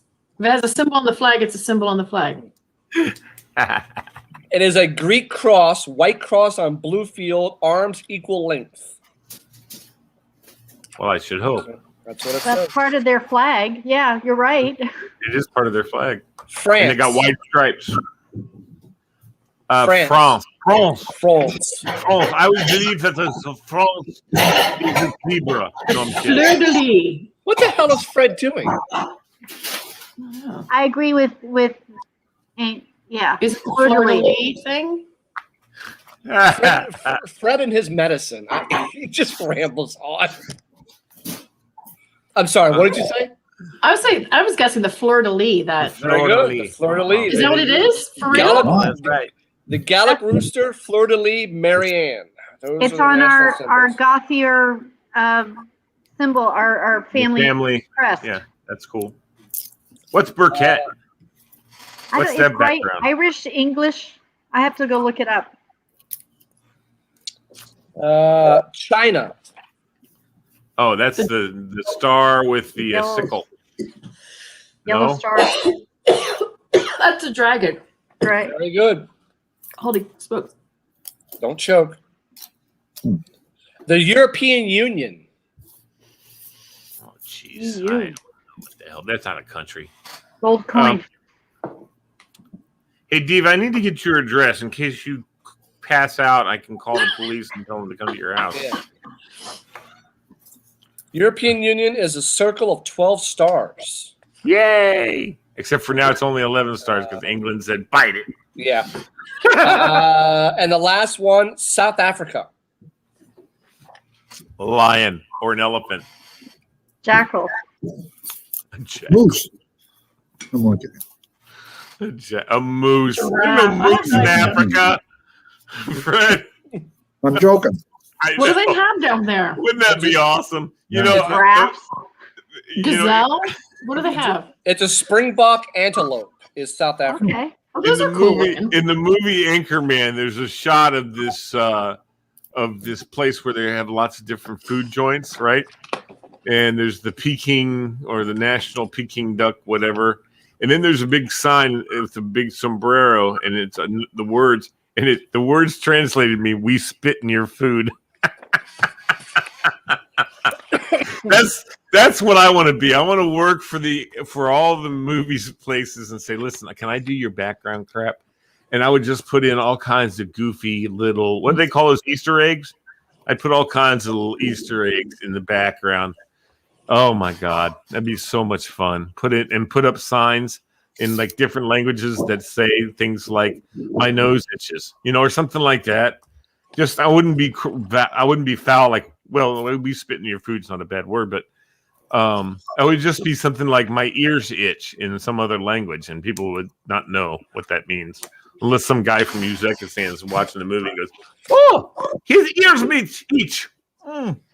What I would never get a tattoo in a foreign language because you don't know what they're writing, Exactly. It could be "kiss my ass" or, Right. Yeah, exactly. "death to America" or whatever.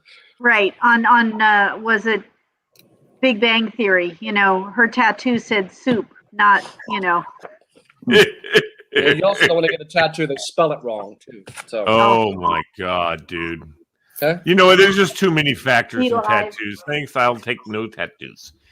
You know what I've just heard that recently, though, and that may be something that's been around for a while, but they have tattoos now with ink that only lasts like 6 months.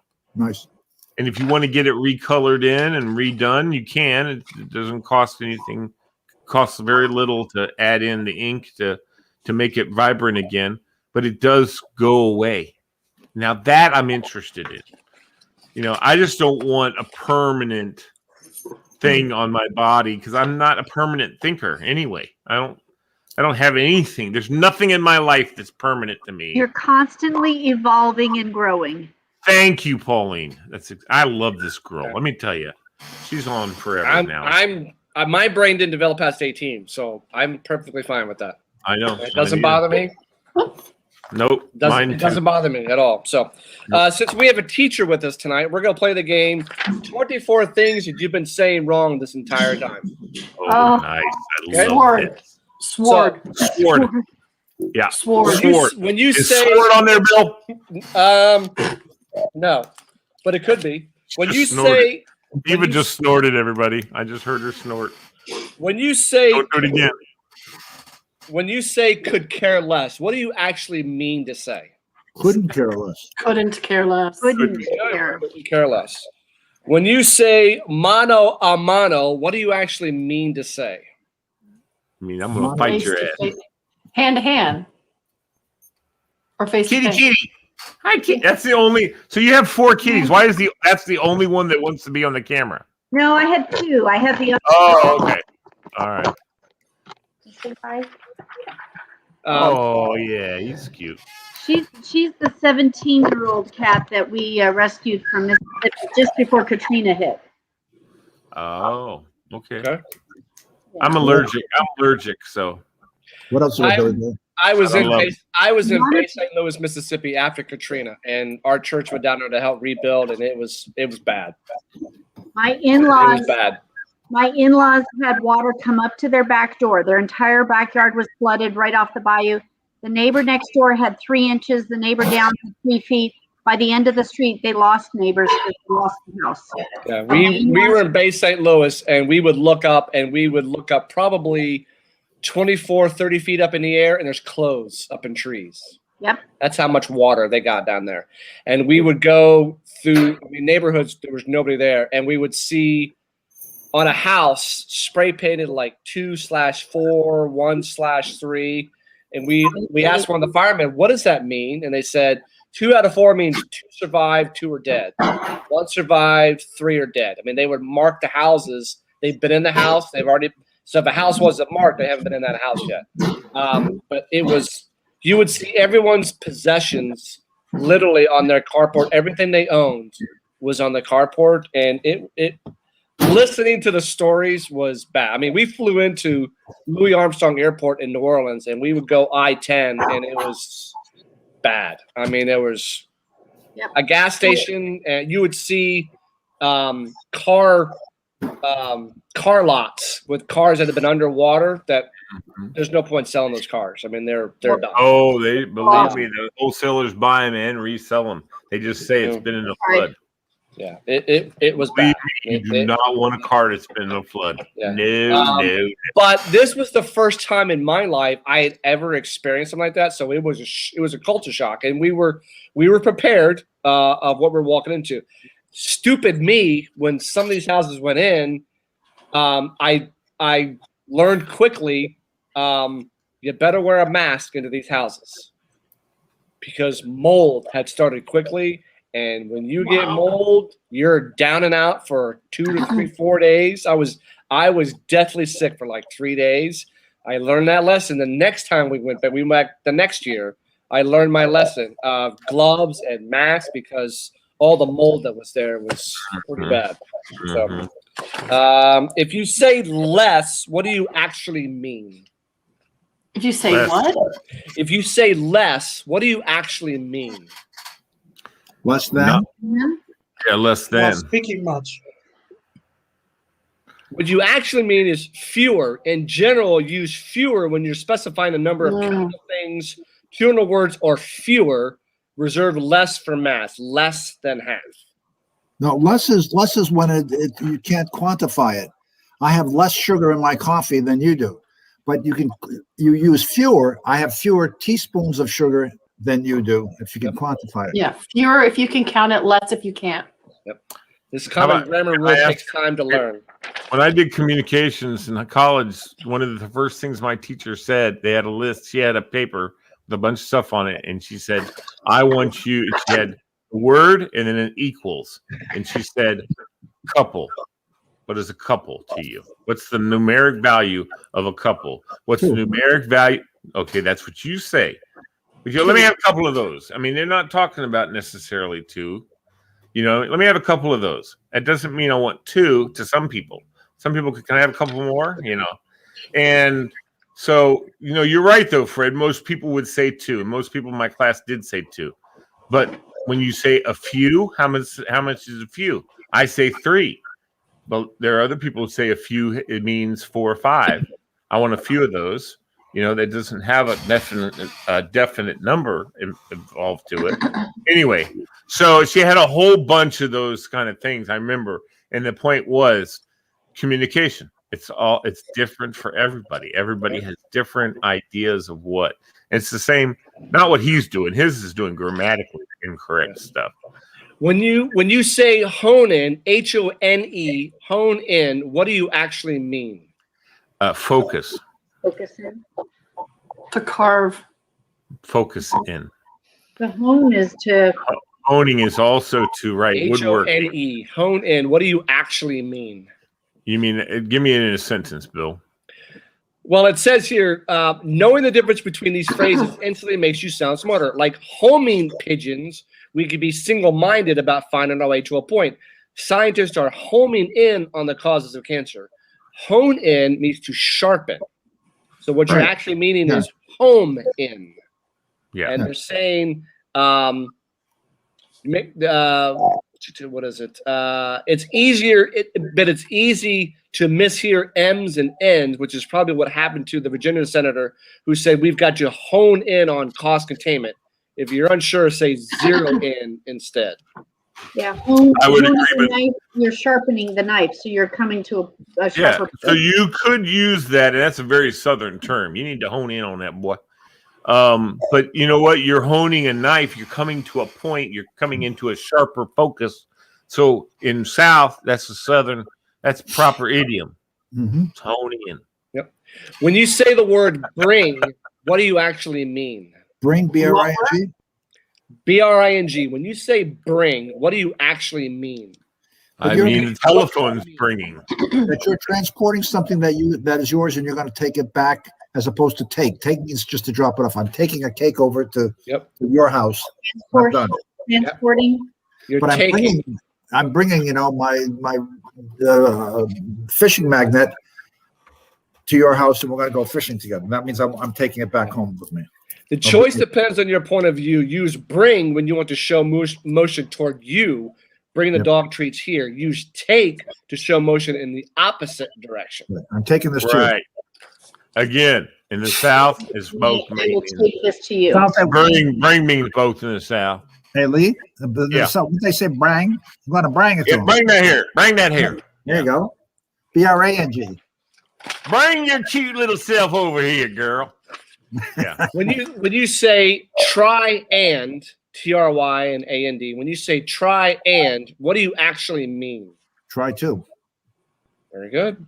I was Try a to. Yep. horrific editor at work. It People sounds hated like me. you guys are making fun of Southerners. Anyway, I'm just kidding. Go ahead. Because you try and listen, son. It's like fixing. The common word. We're about fixing, ready to go.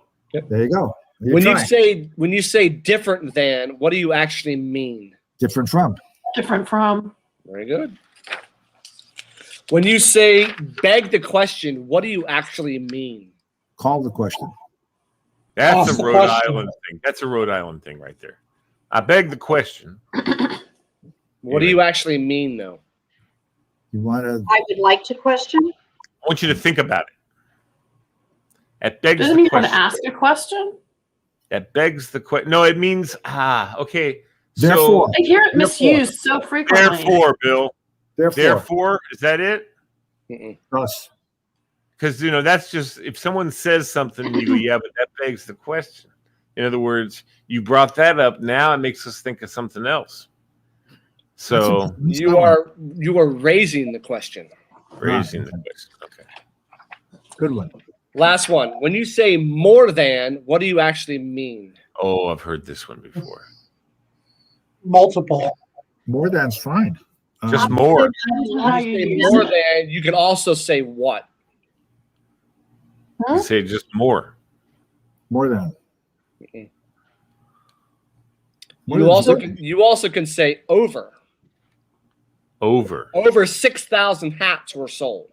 Oh, so more than 6,000 hats. Over is over 6,000. Yeah. Say that again, Bill. What did you say about it again? It says here the two are interchangeable when the sentence is over 6,000 hats were sold. We like grammarian Brian Garner's take on it. The charge that over is inferior to more than is a baseless crotchet. But over I just did, you guys. Not crotch. I said, Bill, say that again, and I leaned in. I have headphones on. What the hell am I leaning in for? That was a little bit stilted. If you said I like pretzels more than popcorn, that's a little bit more normal. Most people don't say I like pretzels over popcorn. I do. Depends on where you are.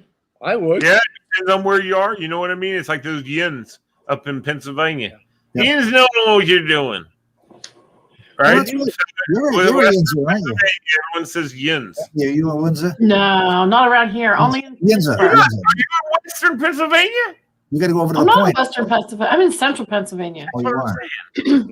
But then We don't say Western- yins. Western Western that's Pennsylvania. like Pittsburgh. Pittsburgh says yin. Yeah. Yeah. When you say supposedly, what do you mean? Oh, my God. Supposedly. Supposedly. All right. And that's a sign of ignorance. That hurts my ears. Supposedly. Yeah, that's right there. It's like, okay, this guy's uneducated. When you say Torah, what do you mean? I mean hero. Oh, that's nice. We should have a go around of nice things about Torah. Look at that beautiful smile. Sorry, I'm putting out a fire right now because I just got let go from one of my jobs. So You did? Oh, no. Mhm. Well, that sucks. I didn't hear. What do I want? Not one. He got to let go of one of his jobs. One of those stupid Democrats called him and said, "We don't need you no more." through text message too. That's the worst way to go about it. Oh my God. That stinks. Hello, Torah. Yes, it's Nancy Pelosi. You're fired. Click. Oh, T. Yeah, too bad. So we're gonna do a segment called "In My Opinion." Oh, I love this. Good boy. I want everyone to be respectful of everyone else's. It's their opinion. We're all in this for fun. Kind of, yeah. Uh-oh. It's their opinion. Some of these questions are A little sensitive. Controversial? It's Maybe a little bit controversial. Have you ever had penis surgery? They could be controversial, but it's your No. opinion. But they could be a little touchy. There are 32. I have 32 questions. So, All right, who wants to go first? I will. Yay. Wait. Pick a number, 1 to 32. 7. Question 7. At what age have you lived a full life? Oh my God, Bill! You asked me this at lunch. Holy crap! In your That's so opinion, fun. at what age have you I lived? know. I hear you. All right. Now I have Bill. We've already had a discussion about this. And it's particular it's your opinion. question. This is my opinion. I believe that no one ever lives a full life because every day adds to your life. So if you're alive, you got another day coming, and there's more stuff that can be done. There's more stuff that you probably should be doing. And that's coming from a Christian perspective. You're supposed to be spreading the gospel all the time, which I don't, but I should be. And so I think a full life ends when you die, but you don't ever die in that same realm, same Christian realm. The idea is that you go to another place. So there's no end of life for Christians that believe that scenario, and it's biblical and whatever. But that's where I am on. You asked me that, Bill. You really stumped me at lunch. You asked that question, and we've had to think about it quite a bit. That's why I come up with this stuff. Anybody else want to chime in? That's why I come up with this stuff. Anyone else? I don't think there's a number or years, but I'm going off of Lee. When people give up on living, if you don't keep wanting to do more and keep on living, if people have given up on life, then I don't know that that's a full life, but if you don't have a purpose for it, I can't imagine not having more to do. But I see so many people that just quit living. Huh? Yeah. Hold on. I want to show you guys something here real quick. Hold on. Oh Lord. I know. Sorry. Checking cameras. All right. You see that picture? The montage over there next to the hockey helmets? Mm-hmm. Yeah. Okay, so that over there is my cousin Philip, who, when he was 26 years old, drove off the road and was killed up in Germany and down in Garmisch area of, that's not Germany, it's Austria, but they live down in southern Germany, and he drove off the road. He's 26, and I will tell you, the guy lived a full life. I mean, the guy lived a full life. He did more things in his 26 years than almost anybody I know who's a lot older. He's mountain climbed in Chile. Mm-hmm. The guy lived every moment to the fullest. And I think that's a good definition, Bill. Anybody who lives every day to the fullest lives a full life every day. Okay. Well said. Okay. I like that idea. No, I like that idea. I mean, so many people don't take advantage of the option that's presented to them, and then some people do. I think that's the difference. You can spend your entire life choosing to do nothing, or you can choose your entire life learning. I mean, I'm a numbers person. So for me, 79 to 82, you've lived a pretty good. You've experienced a lot in those years, and you've lived a full life. My parents died in the early 80s. I could say they lived a full life. They did. They accomplished everything, and they retired and traveled, and they lived a full life. I'm a numbers person. Noah, Reen, and Harvey, they're still living, Bill. Yeah. So, yeah. Yep. So, all right. Who's next? Pauline. I'll go. Question. What number? 13. Question 13. Do you think the world is getting closer to securing the promise of never again? No, absolutely not. We as humans are doomed to repeat mistakes over and over and over again.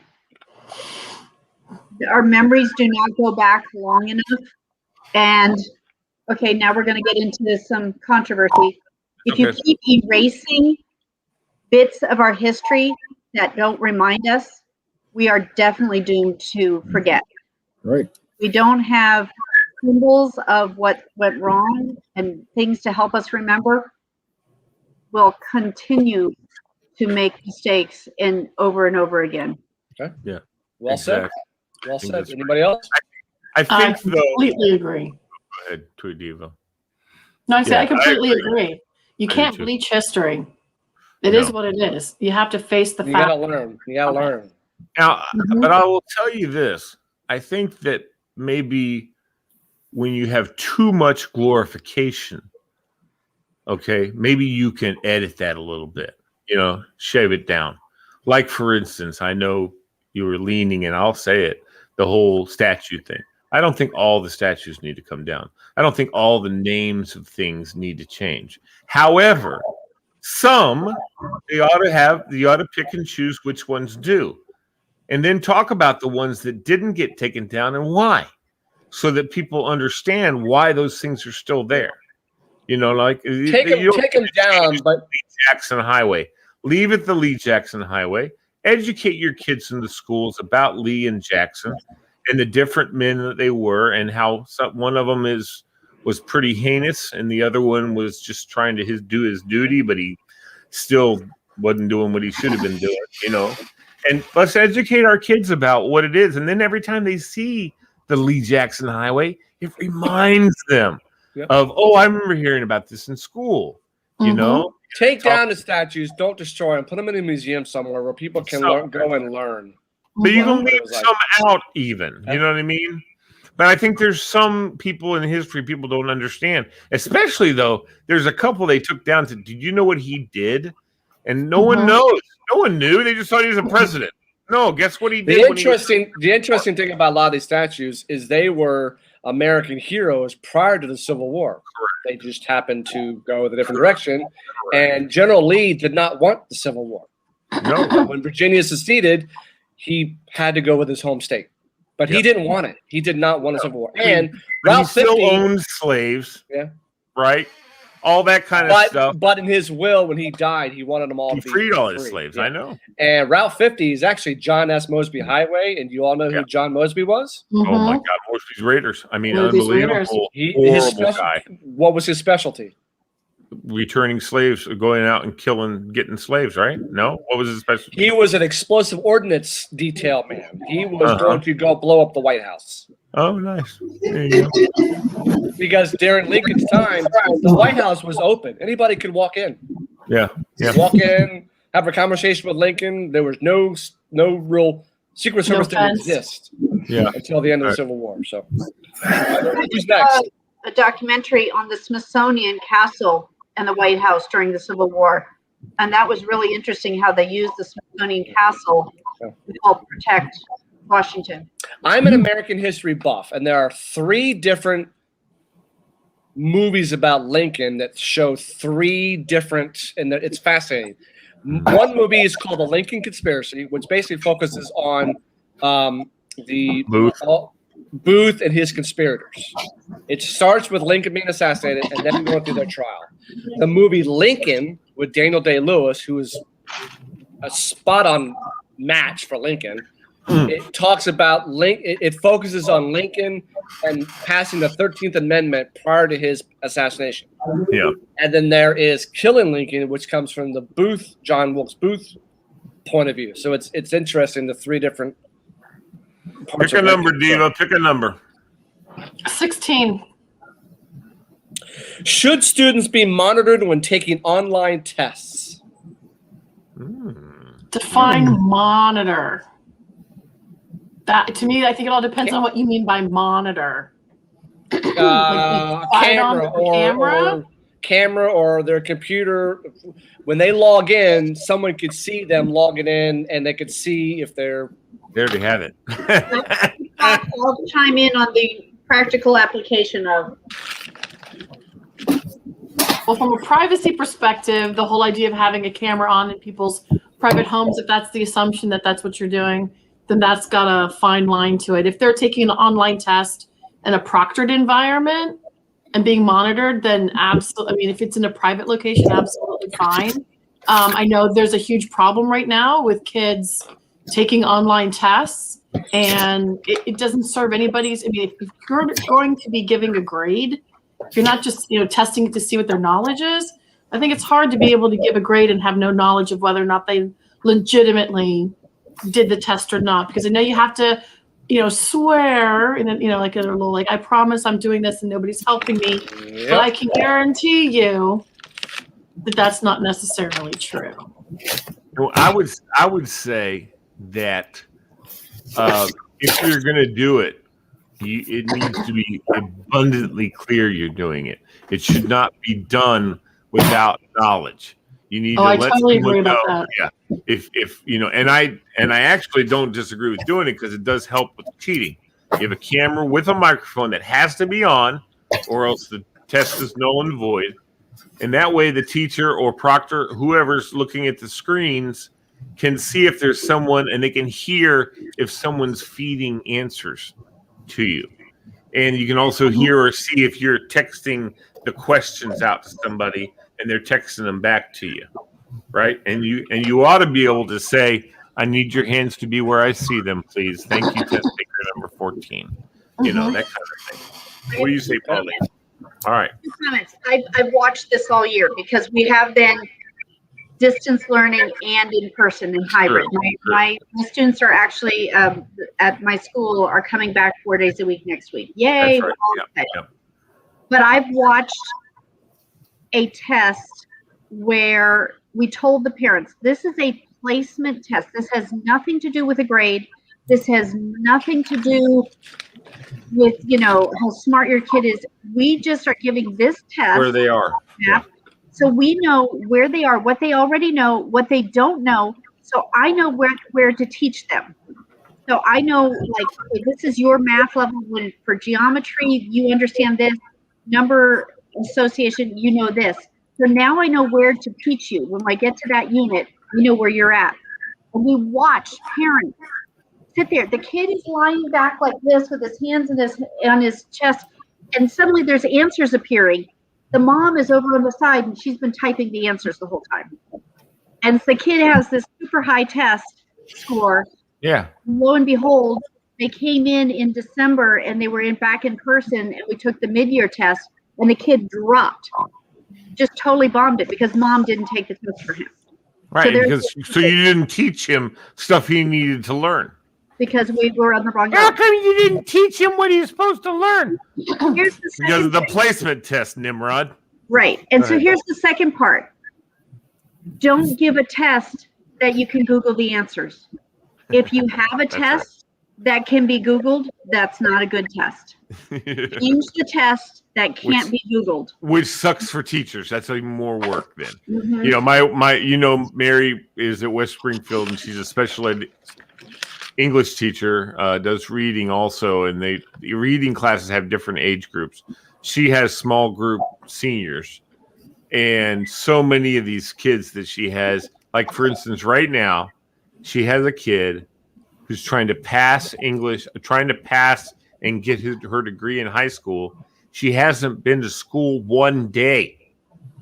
And now all of a sudden, and she's making this deal with the administrator saying, well, if I come to school for the last quarter and participate, will I graduate? Not will I do well, not do I do all the work, but if I come to school or log on every day for fourth quarter, I'll graduate. And my wife's like, she doesn't do any work. And Mary turns in failing grades. You're not supposed to go below 50%, but she turns in what they earned. And her thing is, if the administrators want to change which they do, everyone, if the administrators want to change the grades, that's up to them. She keeps a copy of her grades, and she gives them what they earn. And of course, she's had kids that have graduated, and she's like, not from my class, but they graduated high school and they moved on, and she's like, He had a 32% in my class. You know, there's no way, but they passed him. And I'm like, well, that's a big news story to me. That Fairfax County is moving kids through that aren't ready to be moved through. Honestly, and and they all do it, stay accredited and all that kind of stuff. Every school does it. Nope. Who's next? Fred's up. What's that? Pick a number, Fred. 2. Where should we draw the line between community health and safety and individual liberty and privacy? Nobody. That's a good I'll one. make it real simple. Nobody really knows the answer, so I'll go with that. I don't know. Nobody knows. There's so many variables. You'd be here for a month listing them all. So what do you think, though? What do you think, Fred? What's your opinion? It's your opinion. What do you think? Even if it's only a half-baked idea, that's fine. Whatever. You know, It's your opinion, and I mean that in a bad way. I'm it's just saying, acceptable. what do you think? And then we'll all piggyback. Okay, give me the question again. Where should we draw the line between community health and safety and individual liberty and privacy? Yeah, it's near impossible to draw that line. You'd have all kinds of situations. There's so many situations. I mean, you couldn't, a guy sleeping on the park bench on a nice night like tonight. That's okay. What if it drops to 0? No, you got to bring him in, and he's not making good decisions For his safety, right? Right. What if it's 10 degrees out? Is that okay? 20 degrees, 30 degrees, 40 degrees. And they have drawn that line. They've drawn that line. They go they out probably and change it. They probably change it. If I were 80 years old sleeping on the street at 40 degrees out, that might be one thing. If I were 20 years old, the judge would probably say, no, let him go back. He's fine. All right, he had 800 blankets and a tent. Yeah. He's safe. He's warm, whatever. Yeah. But guy's laying naked on the damn grate. Yeah. They made an attempt to try and help. There's so many answers to it. There is no answer because there's so many answers.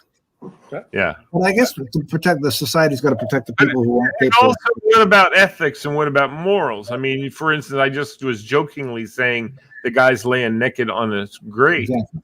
Well, okay, let's talk about a guy laying naked on the grate. Is that allowed? Should that be legal? Should they just leave him alone and let him lay there? That's going to be a violation of community standards, isn't it? Are there community standards that you can set? I've been visiting Nick, and we go to South Beach, and topless woman sitting next to you is no big deal on South Beach. Yeah. Bring that over here to Burke, Virginia, and try walking down the street, and you're going to go to jail. And you're going to get that. Not only that, but you'd get a lot of people following you around. There you go. You cause some traffic accidents. Yeah. Is that how you got in that traffic accident, Billy Boy? That's actually how it happened. Fred, do you want me to explain the story to you? I'd love to hear it. Yeah. I don't know. Last Saturday, I was driving into Middleburg because there's a place called the Upper Crust that has my favorite cookies. And once you get into Middleburg, it's 25 miles an hour. I mean, you're really not moving along all that fast. Come up, cars have stopped, stoplight, whatever. Car in front of me puts on the gas, moves forward. I start to put on my gas. I get rammed from behind, not once, but twice. Nice. So I thought he hit me, and then the car behind him hit him into me. Not the case. So apparently he was not paying attention, and he gunned it. And I mean, that was a smash. Yeah. It was. Guess what he was doing? Texting. I don't know about Was it really? He was. I really can't go into a lot of stuff, but that's the back of my car. Yeah, you sent that to us. Yeah. So, and like someone said, is the license plate okay, Bill? It better survive. I have not heard, but it better survive. So he got reckless. So I'm calling insurance. I'm calling rental car lot. $6,000 worth of damage to my car. Mm-hmm. Car is almost paid off. Now, mind you, I discovered that I'm Irish because when I got out of the car, I was cussing, I was screaming, I was pissed off. He needs to learn how to drive, whatever. You're the sailor in the car. Yeah. So the thing that gets me is my car's almost paid off. The car's valued at $10,000. It's $6,000. If my car had been totaled, I had my finger on the dial to dial my lawyer because insurance will only pay for the value of your car. Of course. Yeah. So why should I be screwed to buy a new car for something I didn't do? Right. It's happened to all of us. For me, and I did talk to a friend of mine. That's a 2015 Hyundai Sonata. If that car's totaled, your company or you are buying me a 2015 Hyundai Sonata to replace my car. It doesn't work that way. They're going to give you a check. That's where you want to talk in opinion. That's where that shit should change. Because why should I have to suffer and buy a new car when mine's almost paid off of something I didn't do? That's the way it is. And no, Fred, it's not the way. That needs to change. You can actually take the guy to civil court for the remainder. I had my In fact, some people who have like $1,000 copay, that have $1,000 whatever it's called, not copay, deductible. Yeah, deductible. You can go to civil court, and usually the other guy's insurance company will pay it. They'll get it. Your insurance company will go to them and they'll get it. So they take care of everything. You pay nothing. But but if they say there's $1,000 copay. Here's the thing. Enterprise, I could have rented an Audi for $150 a day, or I got a Chevy Impala for $34 a day. My insurance company was not going to pay for an Audi. Of course not. They were going to pay for the Chevy Impala, which is a nice car. It's a nice ride. But I would have been living. Charge the other guy's insurance company. So you don't have. Plus, he has damage to his truck. His truck is also damaged. Well, someone hits you. I don't think you have the deductible, do you, Fred? Because if you hit somebody, the other one, your insurance company goes to the other company. Yeah. Luckily, have to pay anything. Luckily, my rear airbags didn't go off, because if the airbags go off, you're done. It's over. If you're at fault in the accident, you got to pay your deductible. So I was just living. I never have had to pay anything, and people hitting me. Now I've hit a few people I've had to pay. Yeah. I'm supposed to get it back next week, so we'll see. All right, Tora, you're up. 10. Should public transit be free? My opinion, no, because the transportation workers need to make money. But they would. Even if you got it free, they're still getting paid. Yeah, taxpayer.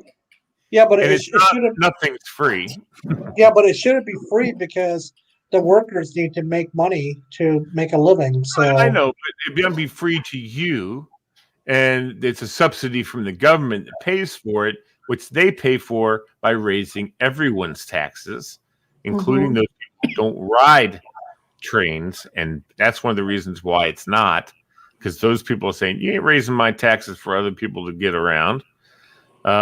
So that's because, like, hey, let's go back to Finland. Free public transportation in Finland.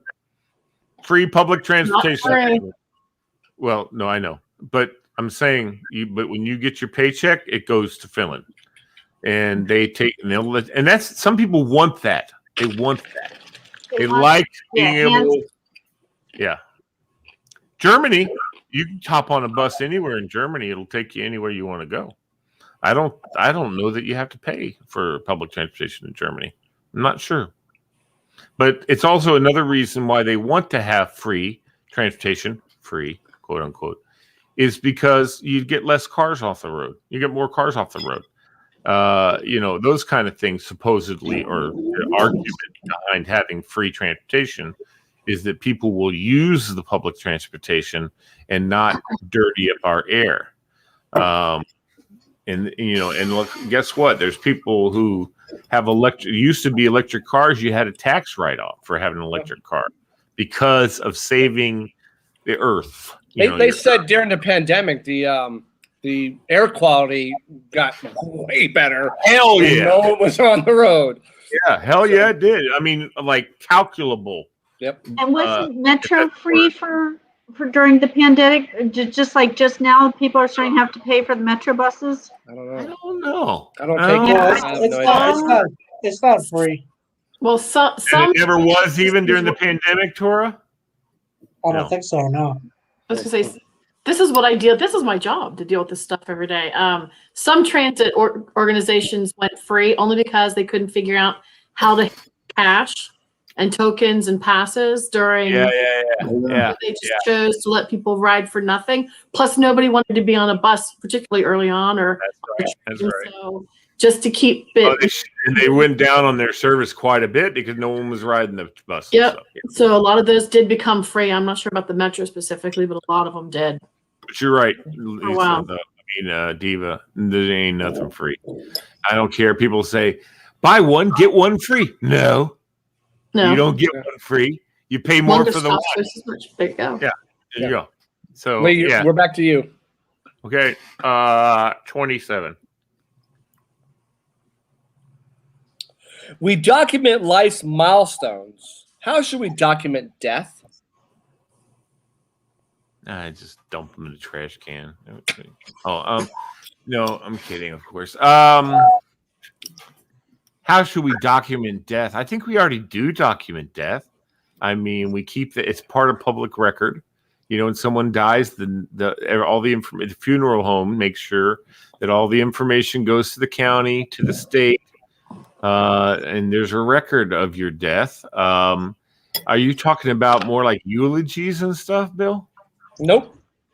Okay, so documenting death, I mean, it's already documented, so I think they're doing a fine job. If you want to find out if somebody died, you can go look at the public record and find out if they died. You know, so I think, right, Fred, you're a guy who does a lot of public document stuff in your career. You know, that stuff gets all reported. Weddings, births, and deaths all get full public access. And divorces. That's correct. Here's something you said: weddings and births and deaths, and that's, I think, of photography. And in the early 1900s, late 1800s, they took pictures. Yeah. They dressed everybody up. They did a family portrait, propped the person up, and they took a picture. Yep. Yeah. Wow. Yeah, that's right. They used to do that, especially with all the the bad guys that got killed by the lawmen. They would prop them up in their casket, and take a picture of them, and post it in the post or in the newspaper. Right. Yep. They did selfies with the the famous person before there were selfies. Holly, we're back to you. What numbers can we go up to? 1 to 32. 30. Do you prefer to dwell on the past, live in the present, or dream of the future? I'm kind of with you. I like history. I like to look at old things. I like antiques. I like reading and watching documentaries of things that happened in the past. The future seems kind of scary sometimes. I don't know what's coming. I'd rather just, think it's more fun, I think, to look at the way things used to be and the way they are now. Is he doing dishes? I don't know what he's doing, dude. The guy is nonstop food. I just muted him, so when he comes back, I'll unmute him. And if my screen keeps moving, it's because my cat's rubbing up against it. Okay. That's okay. Yeah. That's fine. Oh, look, Fred's back. So I like history. I like the past. He wandered back. I want to go to Greece and look at the Parthenon. And I want to go to Italy and see the Roman Colosseum. And how they built that with no cranes. They built that with no modern. They all did that by hand. And the pyramids. The pyramids. Always wanted to go to Egypt and see the pyramids. Or as what's his name said, the food storage units. And you know what? They could have been built for that, and then they decided to bury people there. Who knows? What the hell? It's fascinating.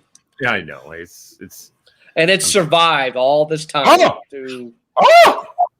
Oh, he'd be across the room. He'd be across the room if he did that to me. You're muted, Pauline. You're muted. You're muted. I didn't hear anything you said. Take a mute off and tell us what happened. Grabbed her from underneath her tummy to move her, and she said, "Nope, don't touch my tummy." No, I saw her bite at you. She snapped at me. Yeah. She doesn't do that. Goodbye. You're going to be over there on the other side of the room now. But she was like, no, don't. She wants to be on the keyboard. You know what? To perform. And you know what, Dave? I see you giggling like that and saying, "Oh, Lee, I can't believe you said it." She won't ever try and bite me again. I can tell you that. Or she'll get the same thing. Sorry, it's a cat. Amy, we're back to you. How about 21? What's your favorite punctuation mark? Mine? Mm-hmm. That's cool. The exclamation point. Okay. Exclamation point, the bang, whatever you want to call it. Yep. I'm right there with you. Okay. Anybody else? Yeah, me too. Yeah. How about you, Pauline? What do you think? You're a teacher. What's your favorite exclamation point when you're writing a little note to some kid? The favorite punctuation, yeah. The kids really, when they learn exclamation mark, and I try to teach fluency. I said, if you see that, that means you have to speak in this manner. And so that's like the first one kids really understand. What do you teach, Pauline? I'm going to ask that real quick. I am a technology instructor, and I actually teach teachers. I'm an instructional coach. You're what's it called? The T-Spec? Yeah, it was called TRT, Technology Resource Teacher, and 3 years ago we became instructional facilitators of technology. Of course. What school system? That's Fairfax County. That sounds very swanky. Fairfax County, right, Pauline? It didn't come with a pay raise, though. You're in Fairfax County, though, right? No, Loudon County. Oh, you're a Loudon County. Thank you, Loudon County. Thank you. Well, okay, second rate. Thank you for all you do. Whatever. That's right. All right. We are back to Fred. And this is going to be an open pick. Anyone you want to ask, Billy Boy? 17. Go to it. 17. I'm going to give you question 32. Oh, I'd like it. Oh, God. Are dogs really angels? No, the dogs. So let me ask you a question. Oh, God. How is it sometimes before an emergency happens, they could sense what's coming and they warn you? Beats the shit out of me. I don't smell. It's all smell. It's endorphins. Endorphins. Yeah. You can't smell an earthquake coming. You can't smell. They, for some reason, they can feel it. And especially dogs, they sense something's wrong. They sense it coming. Let's say you're about ready to have a heart attack, and they are sensing something's wrong. Right, your endorphins start to move out of your body, and you start to change and smell that we don't have as humans the ability to pick up on. And it's everyone's opinion, but to me, because dogs more than any other animal, you're entitled. Sense danger's coming. Yeah, and they protect you. You don't say that's an angel. Dog is God backwards. There you go. They say birds are very similar. Yeah, I've had many conversations about that. Dog is a canine, first of all. I don't know where the hell the word dog came from, but you could add an exclamation point to the end of what you just said. Sure, you know what I mean, Bill. You're entitled to your opinion. Yeah, it's my opinion. It's just freaky shit happens when they can sense something's coming. It's just like when they warn you about it in their own way. It's just like cadaver dogs. I mean, how in the hell? When they can smell a dead body in the water. Well, the dog has a over top on a boat goes over top and they just sniff the water and they go bark, bark, bark, bark, bark. Yeah. There he is. He's down there. And it's like, how in the world? But that's their sensitive noses. You can train them to pick up. People have epilepsy. Yes. They have dogs that can sense it before it happens. Yep. And that's not considered an angel? You're saying angel. I'm just saying that it's a wonderful. You know what? I'll go with you, Bill. I'll go with you. God created dogs. God created dogs, and He created other animals, and He created other people. He created us to be able to do certain things that we alone can do. And dogs have a lot of those things. Cats probably do too, except for their my cats couldn't give a rat's ass what happens to you. That's what I'm saying, but they probably know. They love you. They love you when they're hungry. You know, one of their cats goes like this. She communicates to the other cat. And she goes, oh, Bill's about to have a heart attack. I can smell it. Oh, let's watch. You know, they come over and they watch. They don't give a shit. They just want to see it happen. They can smell it too. Oh, look, Bill's having a heart attack. That's a cat for you. Yeah. They could give a rat's ass what happens to you when you're hungry. Oh my God. Or they get really sad. Oh, they're not going to be able to feed us. Although I did have a friend who they had a fire in her house, and the smoke detectors weren't working, and it was getting smoky, and the cats would not leave them alone, and they woke them up more, and it was a situation not to irritate the shit out of them. It was they're like bugging them because something's wrong. Yeah, I'll tell you exactly what it is. Angel, hey, wake the hell up! I'm gonna burn. I'm gonna burn if you don't wake up and let me out of the house. Yeah. That's what they're doing. They're not saying, "Oh, master, wake up so you don't burn." No, hell no. They're thinking about themselves. Wake up! I don't want to burn. That's exactly what cats are doing. Now the dog, he's in there licking your face, going, "Dad, the house on fire. Let's go! Hurry up! Yeah. Come on! Don't get hurt." Our youngest cat, if he's got 9 lives, he's used 8 of them. So he's down to his last one. I love cats. So neurotic. I had a friend, and I used to go to her house. Neurotic. She had a cat that would just look like it was the laziest thing you ever saw. But every now and again, if you're in the house at the right time, that cat would get up and run around the walls. Like, around the walls. And I'll be like, what the hell was that? This is a cat that doesn't even move. You come in the house, she barely makes it over. She'll get up on your lap and go, out. But she'll run around the walls. I mean, it was the craziest thing. Our oldest cat loves to get out of the house. He won't go far. He goes, sits in the grass. But we had one time when it was the last big snowstorm. He got out, immediately turned around and went right back inside the house. He was like, nope. Have you seen that meme with the little baby who's running down the hall and he goes, oh, he turns around and runs back down the other hall? That's one of my favorite memes of all time. Tor, we're back to you. Let's do 5. We'll skip that number. Go to another number. Okay, read it. We'll talk about it, but I want you to read it, Bill. Is animal testing justified? Okay. Another number. Another number. Okay, fine. Number 1. Number 1. Should students get mental health days off from school? Yes. Yes, in my opinion, I think they should because everyone has mental breakdowns all the time, so it definitely means that they should have a day off to see their mental health therapist. Yep. Teachers too. Who? Cats? Teachers. Teachers too. Oh, absolutely. But I know teachers because I have one, and they do take mental health days. So well, and I will say, I'll say it out loud right now. Well, what the teachers have had to go through for the last year, they really had no summer off. Unbelievable. They had to learn all this stuff online. They really have had no break. Principals have had no break. The administrators have been busted. They get, last year, Freedom is trying to figure out what kind of graduation can we have. I mean, they had to come up with something, and they did it inside 2 months. It was more power to them because I feel so bad. No one has ever had to go through this. That's living have to go through this, and any family that's got a young child, 6, 7, 8, 9, a parent having to keep them home and keep them focused on the computer for 8 hours. God bless you, because a young kid just their focus is not going to be 8 hours. It's just not going to happen. I realize they're not that focused in school for 7 hours either. There's a lot of it's a lot of pressure. Somebody has to stay home. Yeah, somebody has to be home.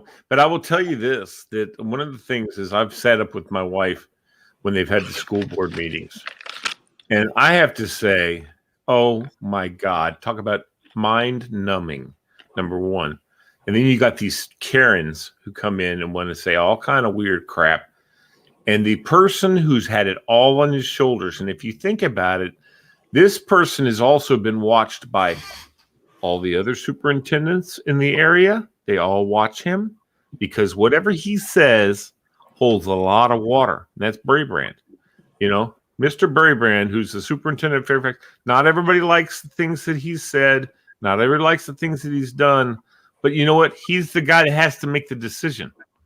So, you know, you got to just kind of say that he's been through the freaking ringer and he still is going through it. And every eye, dude, they're watching him in Washington. The Federal Education Board is watching him. You guys unfortunately had an IT. News. Yeah. You guys unfortunately had an IT debacle in Fairfax. I know. At the very beginning. And the IT guys are all at fault for that. I'm sorry, Paul. Yeah, because you didn't update your software. They didn't have it all updated. They were not ready. I know you did. They teased us and said, "Oh, you're using Google Meets. That's just so old fashioned. That's, you know, you got it locked down too tight." But guess what? It worked March, April, May, June last year. The most popular man in Loudoun County, his name was Wade Byard. He's the most popular man because he's the one that calls for when you get a snow day. Every kid knows who this guy is. Yeah. Every kid. Wade Byard is the most popular man in entire Loudoun County. He's the one that makes the call. I have a little 3D printed bust of him. You know, and we put little heart frames around his face at school. Yeah. He's the most popular man. So, all right. We're back to Lee. Okay. 17. Should national service be required for all young Americans? Yes. Yes, 100 times yes. I think that way because young folks need to learn what service means. And, yes, they do. Yes, they do. And volunteering in the community will teach them that discipline. That's correct. They you know, every other country does it. Every other country you required I would agree with it. Give 2 years of service. It used to be in Germany you had to join the army, the German army. You still do, however, you can pick your job. And so, like for instance, Philip. We just talked about Philip. Well, I mean, I didn't even know this until he was done with it. But you know what he picked to do for 2 years? Work with senior citizens, helping them do stuff. And, you know, he worked with the disabled and senior citizens in Germany for 2 years as his government job. They paid him. I mean, you get paid, but he's required to do that service for 2 years. I think it's absolutely a great idea. What do you think, Fred? No, not so much. Why? That's his opinion. It's I know. His opinion. It's his opinion. That's fine. You don't think you need to contribute, huh? I think if you don't contribute, then you have a higher tax bracket the rest of your life. No, I don't think they're related. I just don't think it's not. We don't require that here. That's not the American way. Yeah, okay, that's right. American way is you can be a bum. I'm team. No, it's not a bum. You just don't have to serve. No, I said, but the American way is you can be a bum if you want. You can be a bum. Let me make a point. Adding comments to not having to serve doesn't mean the person's a bum. It doesn't mean they're a bum. You could have people like Donald Trump who never served and grow up to become president. That's fine in America. You don't have to do that. So it doesn't mean he's a bum. It doesn't mean anything. It just means you, in my opinion, I don't know what except in war.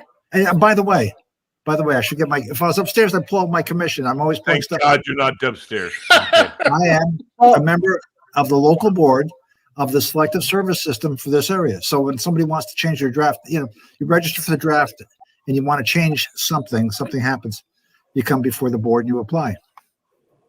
Okay. So me saying that is really kind of funny because I'm saying you don't have to. Yeah, that's your opinion, and that's fine. It's acceptable. That's fine. What have we ever done that besides in a war? Besides in a war, have we ever told any man or woman they have to serve? I don't know if they have to. They have to serve for the government. They have to serve the government. So let me ask. Have we ever done that? I don't know that we've ever done that. And you know what though? But think about this. And I'm sorry to say this, Fred. And I'm not disagreeing with you. I understand exactly where you're coming from. But one of the things that's kind of cool is that you get out of high school, you do your 2 years service. And I've noticed this about Europeans in many, many cases. I know you're going. They're much more well-rounded kids. Absolutely. They know how to serve. They know how to be a person that can take orders, and They can do their own laundry. They can do their own laundry. Exactly. I mean, now these millennials that we have, oh my God, they're horrible, man. They're horrible human 90 years beings. old. I love that even the European royalty still serves too. Yeah. Doesn't matter. Your royal family, you still serve. Yep. Yep. There you go. Yeah. Yeah, Of course, but when you're a royal family, you serve as like a captain or a or a major. You serve because your grandmother gives you an honorary appointment to serve. That's right. Right. That's Right. So for Harry did go to the war, combat the front lines. Oh yeah. I'm glad they pulled him out of there because the potential to attack his buddies, to capture him and hold him in front of the Queen, he's putting everybody else in risk. But see, if you remember that only everybody, when he was finishing and leaving, anybody knew who he was, where he was serving. And that's on purpose, because you're right. If you tell the dissidents that you're fighting against or defending against that, Prince Harry's in that group. Oh, they're going to double down. They're going to double down like a mug. Oh, let's go kill all his friends and take him hostage. Yeah. Take that whole group out. Hell yeah. Let's go cut his head off and carry it around. Yeah. Show Granny. Hey, look at us. Hey, Granny. Hey, Granny E. Yeah, you're putting everybody else at risk. Far greater risk than they should be in. What do you say, Tora? Let me ask you a question now. So you're undermining the fact that because because seniors in high school they need service hours, so it's a requirement. That's true. So my thing is why? This is just my opinion, but why are you saying that service hours should not be required? Because getting service, I volunteered in my community for the last 17 years, and it's that's your choice, though, Tora. Well, no, but here's my thing. I learned it the hard way because when I was in high school, they had us do service hours, and that's how I started working my way up to volunteer. Because if you get out there and volunteer, you'll enjoy it, maybe. Yeah, but see, Tora, as a conservative Republican like I am, I think the government shouldn't be there telling me as many things I have to do for the sake of the government to bloat the government even bigger. I would think the government should be shrunken down and not call on people like me to come in and I think what it is, I think we need to have more volunteers and not be paying people to test wine. If we're going to test wine, I guarantee you Diva is signed up. I'm kidding. No, but I mean, there's people who are going to volunteer to do that work. I will say though, having one daughter who's in college and one who's going to be going off to college, not too distant future, serving makes you look good on your college resume. Yeah, it does. Just saying, it makes it. Well, but what Fred's saying, it makes it look good. Should be your choice. Yeah. That's what Fred's saying. Yeah. No, but if everybody was required to serve, then you don't get a leg up for having an experience because everybody's got the same experience, so it doesn't benefit you. Yep. Anyway. Good point. All right, who's next? Everyone's opinion. All right, we are at 10:30 now, 10:20. Right. You make the call, Lee. What do you want to do? The call. So we got 10 minutes. All right. Well, then we'll change it up. Well, it's a good topic. I like having that. It's made for some good, healthy conversation, which is what I like. And it's everyone's opinion. We'll end off with some fun stuff of unscramble the scramble. Oh, there you go. Ramadan. No. No clue. Rad Mall. You got it, Diva? Come on, Diva. This is your game. Come on, Diva, you're good at it. I gotta get I'm too far away from the screen to read it. RAMALDL. Okay, let me see here. Drama. No. Mallard. Oh, okay. Took a second there. I was like, wait a second.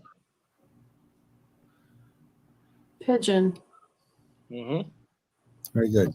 Damn it. Thrush. Very good. There's a theme going here. Oh, you don't hurt. I got you. Tweet, tweet. Pigeon. Cuckoo. Mm-hmm. That's a clock, though. That's not a bird. Parakeet. Parakeet. Always helps when we have the subject. Dumpster. Just kidding.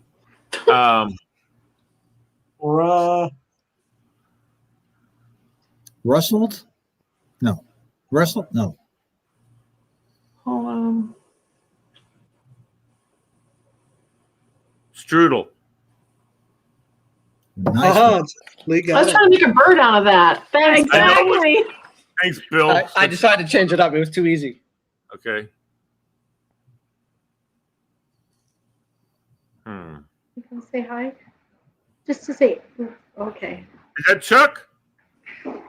He'll be here maybe in a minute. Okay. Ooh, that one's confusing. I don't know. Wino bar. I know what it is. So say Brownie. it. Brownie. Wow. The.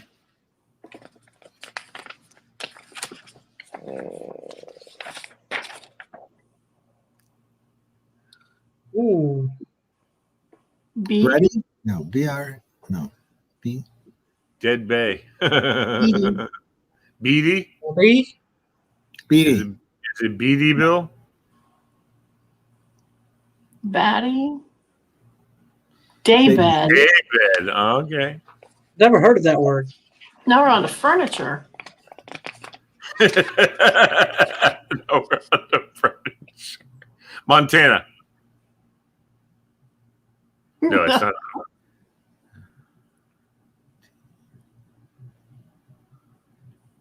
Anatomy?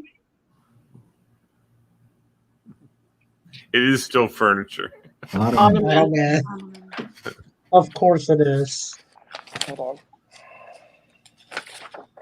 I didn't put all the letters together yet.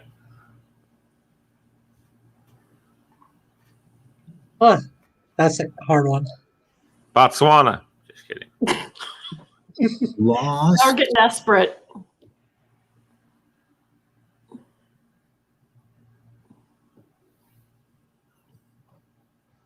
Albatross. Albatross. Albatross. bird. Holy crap. Back to birds. You got that one. Calliope. No.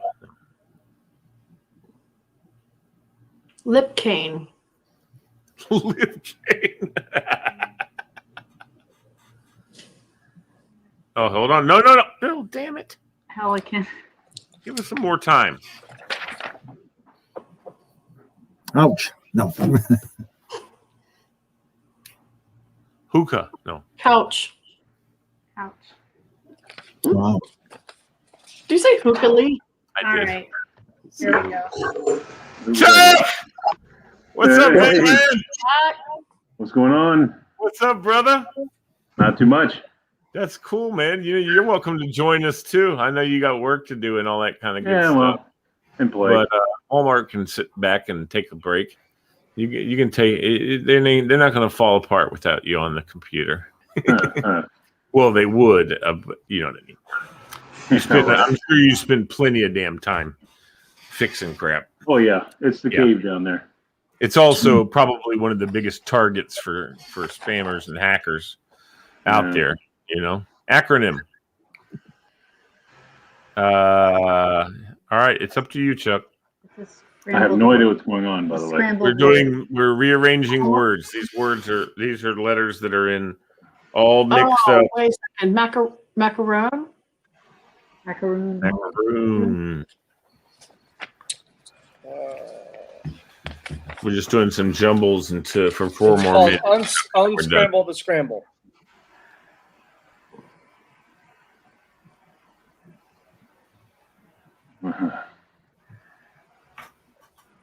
Oh, we're back to furniture. I know what it is. Chase. There you go. Good job. Good job, Amy. What the hell, guys? It's Friday night. Aren't you drinking or anything? You're thinking. Oh, you should. Hey, I'm drinking. You masochists here. I know we are. Don't hold it up, Bill, yet. Let us think about it some more.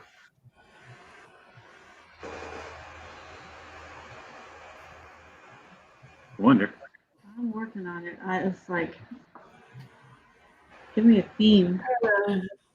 We had birds, we had furniture. Well, you're probably typing it into your computer. Unscrambler. Recliner?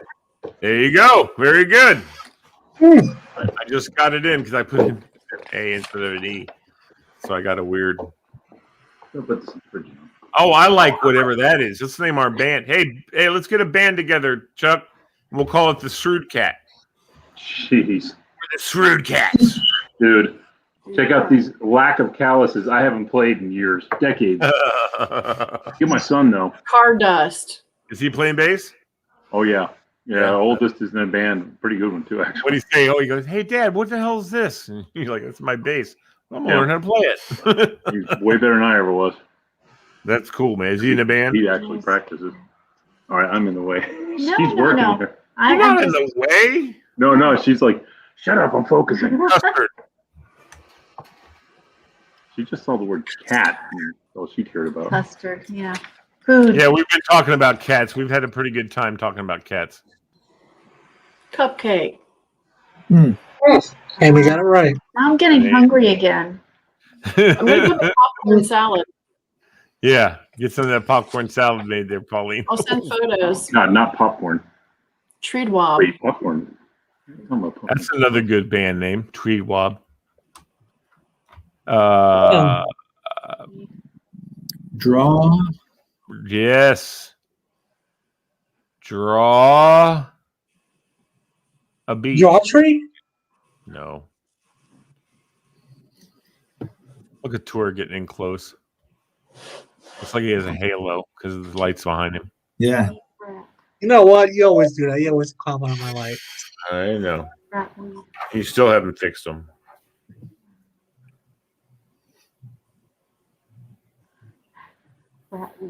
Good. Oh, it's a water bed. Oh, jeez. Oh, God. That's crazy. An oboe sack. That's it. That's the word. That's an oboe sack. That's what they carry their oboes in. Carry Come their on. oboes in. No, come on. That's No a fair word. making them look like words, though, too. I know. Are you writing them down, Chuck, so you can see them and try and do it on? Nope. No. Okay. Now, computer's downstairs. Back. Okay. No, not back. I just like oboe sack. Me too. All in favor? Obasak it is. I'm bailing again. I'll see you guys later. Bye. What the heck? Book. Bookcase. There you go. We got it. Oboe sack. I'm like gonna go make oboe. an oboe sack. Hutch. I know. Oboe sack. You don't play the oboe. You don't play I double. don't, but I got a piccolo that needs something. So, Maori. No, sorry, what? You played clarinet though, too, right? Yes or no? Just I haven't played for 30 some years. So what did you play? Yeah, I played the clarinet. That's what I thought. Yeah. I actually got mine out a few years ago to a JMU marching band reunion. Was that fun? Did you get to run out on the field and play and everything? Yeah. Wasn't that fun? I went to a game. One of the young men who we know from our family, from my wife's best friend's family, he was a cheerleader and he's really tall, blonde-headed kid. Could do like 18 backflips in a row. The dude's amazing. I mean, he used to do professional cheer, or may do it now. I don't know. I think he does. And believe it or not, there's a cheer tour. There are people who graduate college. Armoire. Yeah. Armoire, very good. That took a while. Holy cow. Chalk Ma'am, that's another good one, just the way it is. Yeah, Chalk Ma'am. Is that some kind of special mammogram? All right, I need you to come in for a Chalk Ma'am. Hammock.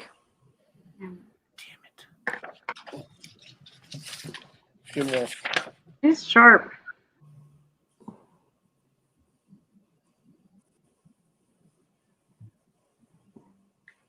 I like answered. I like these new words.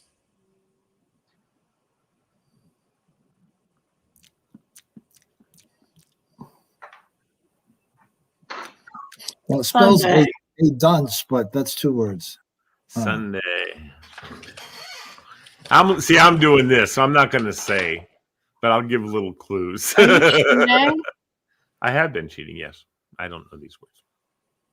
But I've been waiting for other people. You know, I don't do it. If you notice, I don't go, ah! Right away.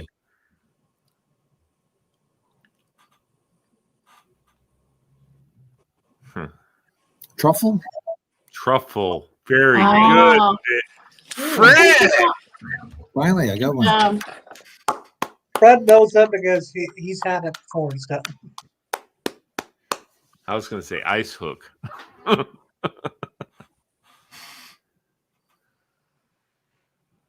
Cookie.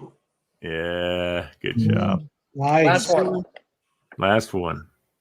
Falafel. Oh, no, I'm kidding. No. Eiffel? Fufti. Toffee? Tee off. Toffee. Oh, it's also tee Fred off. got it. It's also tee off. Very good. All right.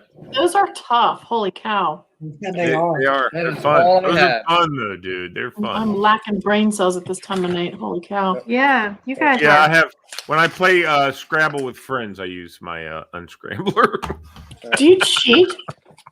I played your Scrabble with to. friends. I haven't done- Wait. That was a long time ago. But yeah. Oh my gosh. Now I know what you're supposed to I put my letters and see what kind of words I would get. All right, there's a lot more to get into, but we can do it next week. There's way more. There's still the bingo. There's still the It's Just Madness challenge. Pauline, I want if to you do want the It's Madness challenge. You need your email, Pauline. yeah. So, Basically, what we do, Pauline, is it's like the March Madness brackets. But what we do is we do different types of categories where at one time we had like food categories and movies and all kinds of stuff. So this is called the It's Just Madness challenge, where you would have. yeah, the matchups they're not in. We used to have them by categories. Yeah. Now that this is just a. This is just a random who would win over who. So like, for example, you would have. Tortilla soup versus what's that say, Bill?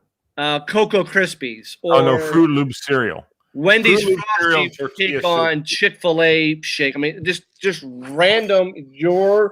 Who would win all the way down to the championship game. And you know what's cool? It's you know what's just cool? random madness. I don't know if Bill will do it this time, but he should. You should do this, Bill. We've done this before. I print out extras and give one to my wife, give one to my daughter, my son, my mother-in-law. They fill them out. And then we talk about what they did also, you know. And give one to Chuck, give one to your son. We had a cookie madness where it's 64 different types of cookies all going against each other all the way down. I think like Nutter Butters won over Oreos or whatever. It's all your. And I'm the one guy here who doesn't like doing that. Everybody loves it. It's not for me. Except for you. Yeah, Fred shows a random. Because Fred goes, oh my God. So when you have rice cakes versus Oreos, Fred goes, rice cakes. Yeah. Like, what? Yeah. Favorite How the hell do you pick rice cakes over Oreos? They'll say favorite drink, or they'll say water. What do you mean water? No, your favorite drink. Like your go-to drink. Water. Okay, my husband Chuck would go with you with water. Yeah. We've done quarantine bingo. That was good. We've done. That was awesome. We have regular bingo. We have madness challenges. Yeah, and I'm gonna sit. You know what, Amy? I'm gonna do it. Ready? We played bingo one time, and I was the bingo caller, right? And I had everybody's cards, so I knew what everybody had. No one really? picked up on this. Oh yeah, Bill never won. Did you notice that? Because the numbers that I called kept him one away. On all. He was getting so frustrated. That's why and I texted Amy and I said, Amy, I'm screwing with Bill. That's why I'm the caller now. I call now. And she couldn't stand it. She was laughing her butt off without telling because because every time I'd call a number and you'd go, "Damn it!" She would just start giggling her little butt off. She knew what I was doing. And I've been watching all this, and I never saw that. That's pretty funny. No one knew that I was doing it, including Bill. And until right this moment, I've never told. We do trivias on Monday nights. You're more than welcome to join us for trivia nights. Bill's going to wake up in the middle of the night tonight and go, "Damn it, Lee. You were doing that to me." Lee, I've learned I have ways to get even, so I'm not too. Well, you know me. I might otherwise have done that to Tura, right? But I didn't want to pick on Tura. I thought, you know what? Let me go after the big kahuna. I'll go after the big kahuna, and no one will know the wiser because they'll never think I would ever do that to my best friend.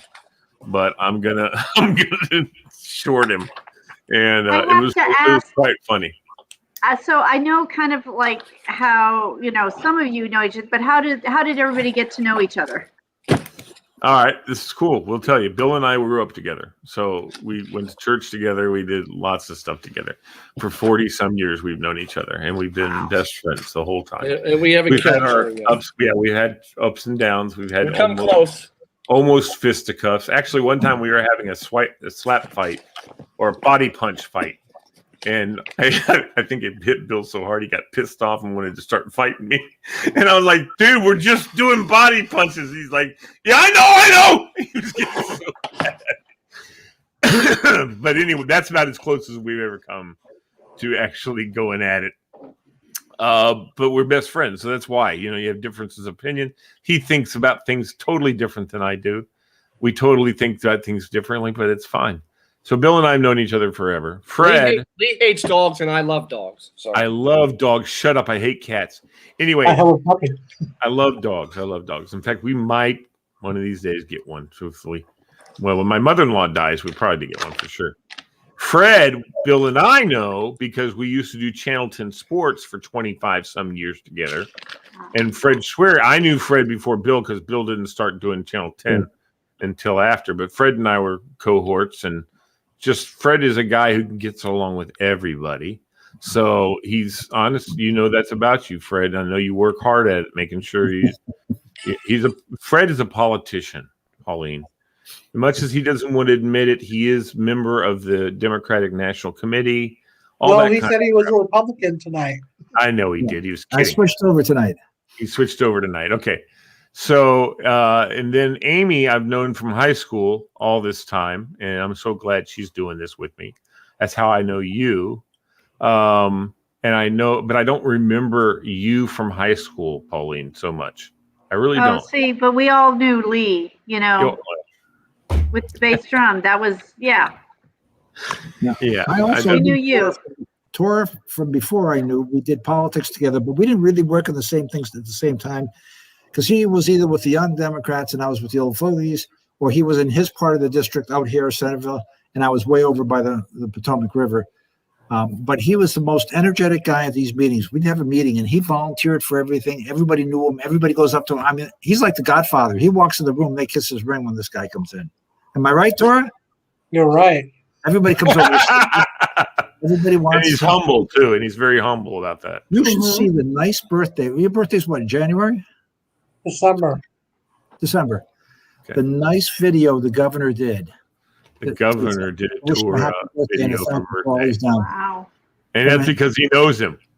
Oh, that's yeah. because he knows him. It's not because he's a constituent and someone said, "Hey, here's this guy who volunteers for Democrats or whatever." No, he actually knows. "Hey, Tora, glad you're having a good birthday." I'm north. Anyway. Yeah, and Lee and I know each other through mutual friends. That's how we met. Mutual friends that I don't like anymore. I'm just kidding. But Tora has shined through. Yes, and I want to wring his neck half the time, but most of the time he does really great. And yet you're not wearing the hat that I got you for the holidays. That's right. I have a hat, although I think I burned it. Did I burn it? What? I might have burned it. Anyway, no, I'm kidding. I wouldn't invert. He bought me. So we had Pauline. This is how tight this group has become. We had a Secret Santa kind of thing, right? And Tura drew me. When I found that out, I was like, oh, jeez, what the hell is he going to come up with?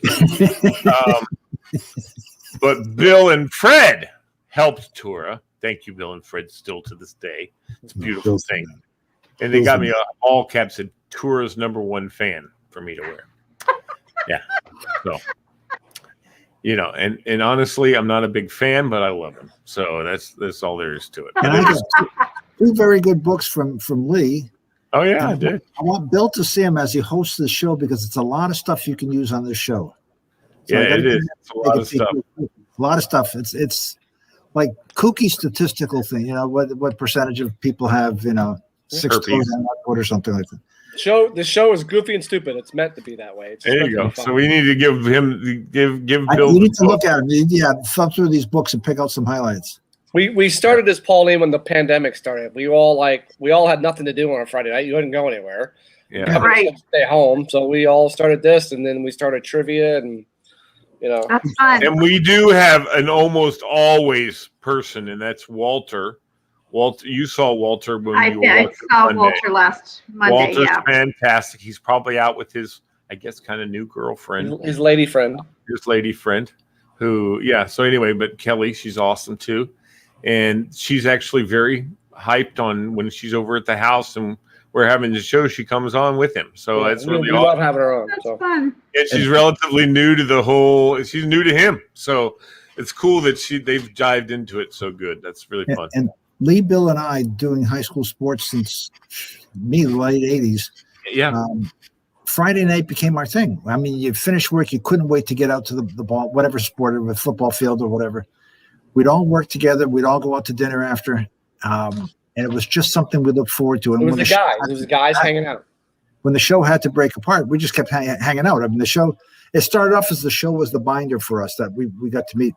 And eventually the show could go away and we were still bound. That's great. And that's great. Friday nights still affect us. I mean, Friday night I passed a football stadium and I think FSN. That's what you know, that was just it was fun. You know, and it's funny because not on Fridays, but the last couple of Thursdays, I had the opportunity to broadcast, not broadcast, I'm sorry, PA, be the announcer at a couple of Robinson games. You know, I used to do the Robinson games. Right. And we started doing Channel 10 Sports when anyway, he offered the job to somebody else who asked, hey, can I do football this year? Sure. Yep. I'm your announcer, you Nimrod. You know, I was so pissed off. If I wasn't here tonight, I would have been watching the Broad Run Tuscarora game. You know, that was supposed to be watching tonight. Yeah. High school football is best. Chase McSorley with the Broad Run. Woods. He went to Briar Woodsley. Oh, good. FSN, cool. Oh, I got a whole bunch. We didn't do anything in Loudoun County. It's all Fairfax County. Yeah, look at all the shirts. Who had those made? You. No, that one I didn't have made, actually. But I was the guy that I fed the crew on half times. I would stop at the pizza place and get 6 pizzas for free because we would put their banner up on the show. Yep. And so I fed the crew. I got shirts and stuff made, jackets made. Where's your purple jacket, Fred? Ooh, I gave that to somebody years ago. You did. What? I love that jacket. I don't know what happened to mine. My youngest actually thinks that purple jacket's cool. So does she wear it? She has a couple times, yeah. Yeah, that's cool. Yeah. Yep. My daughter loves wearing my shirts, you know, and they're a little bit big on her, but not much. She's 6 foot herself, 6'1". How tall is Ben? I saw that picture. I know he's like 5'11", probably now. How old is he? Actually, he's about as tall. He's 13. Wow. And he's probably 5'11", 6 foot tall. That's a big. And I don't think he's hit his growth spurt. I think he's going to shoot.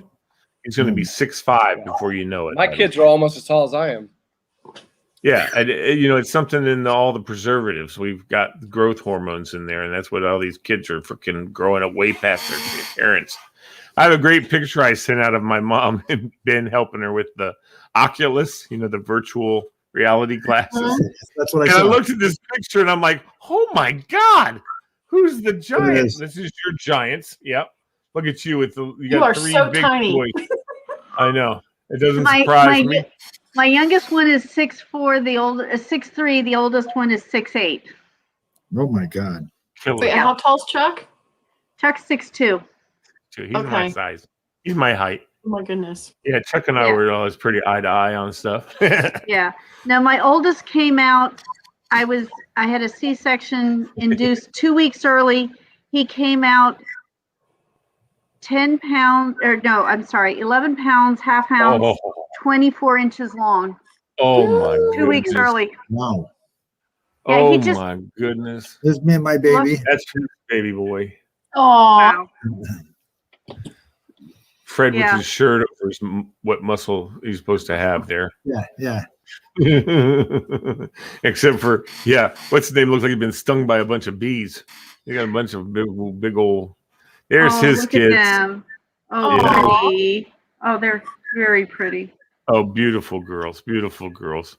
I tell you what, I mean, I think growing up, Abby was always like the girly girl and whatever.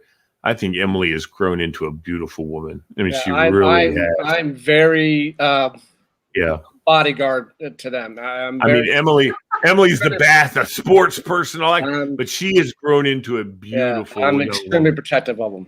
So Hey, Tora. It's gotten pretty bad. Wow. Gee, that was you, buddy. There you go. Yeah, that's for you, Tora. And you know who's that next to you, Fred? Look at Joe Rogan. Joe Rogan. Lee was in the corner. Lee was just. He's a look at the huge size dude. of. Look at the size of my upper arm and his. Wow. Wow, you're so cool that you got to meet Joe Rogan. That's not Joe Rogan. That's Hulk Hogan. Oh my gosh, you have a Hulk Hogan picture too. Very nice. That's Hulk Hogan with Bill. Yep. It was the same day. You guys have the pictures? Yeah, he is. John Cena. Love Cena. Cena let me spin his belt. Nothing. I got to meet Alyssa Milano a couple months ago. There's Goldie Hawn. That's Goldie Hawn. Oh, nice. that's cool. Goldie Hawn would be cool. I want to show off. Fred, show off for me. Tell me about that little experience. Oh, here's one of Lee's favorites. Hey, Michelle. I'd love to meet Michelle. Pauline, this is how far back Lee and I go. Yep. Oh, wait a second. Wait, put that just a little closer. Oh my goodness. No, what was that? What was that, Bill? I think that was It was like after church, we were in my parents' front yard. We were trying to act like we were Secret Service. You guys, how old were you? 15, 16. Something like that. Yeah. Like That's on disgusting. Easter or some crap. I've got our King's Dominion photo somewhere. So on that day, you guys saw Hulk Hogan. I was working at the United States Senate, and me and this young man who had Downs, who was our mailroom clerk. Who's that? Oh yeah, I remember that. Gary Clark. He got a nice. He sent me a video last year. Yeah, it was awesome. It was awesome. But anyway, so I worked at the Senate, and this young man who has Downs, who's probably 30 something, but he had Down syndrome, and he was our mail guy, and he and I got together and we just became buds. It was really cool. I was always checking on Chris and making sure. Got lots of stories about Chris, but the one story is he loved wrestling, and he and I used to put out and he would pose, like Hulk Hogan and all these kind of things. And I found out WrestleMania was going to be at Verizon Center. So on a whim, I contacted the public relations people for WWE. And I said, hey, listen, we're in Washington, D.C. I've got a wonderful young man that works with me who has Down syndrome. He's he's our mailroom clerk. He's an awesome guy. I'd love to bring him to WrestleMania, And I got a nice text back or letter back on email that said, you know what, we're doing a press conference, which is just a big show, that they have all the guys and they all talk shit and all that kind of stuff.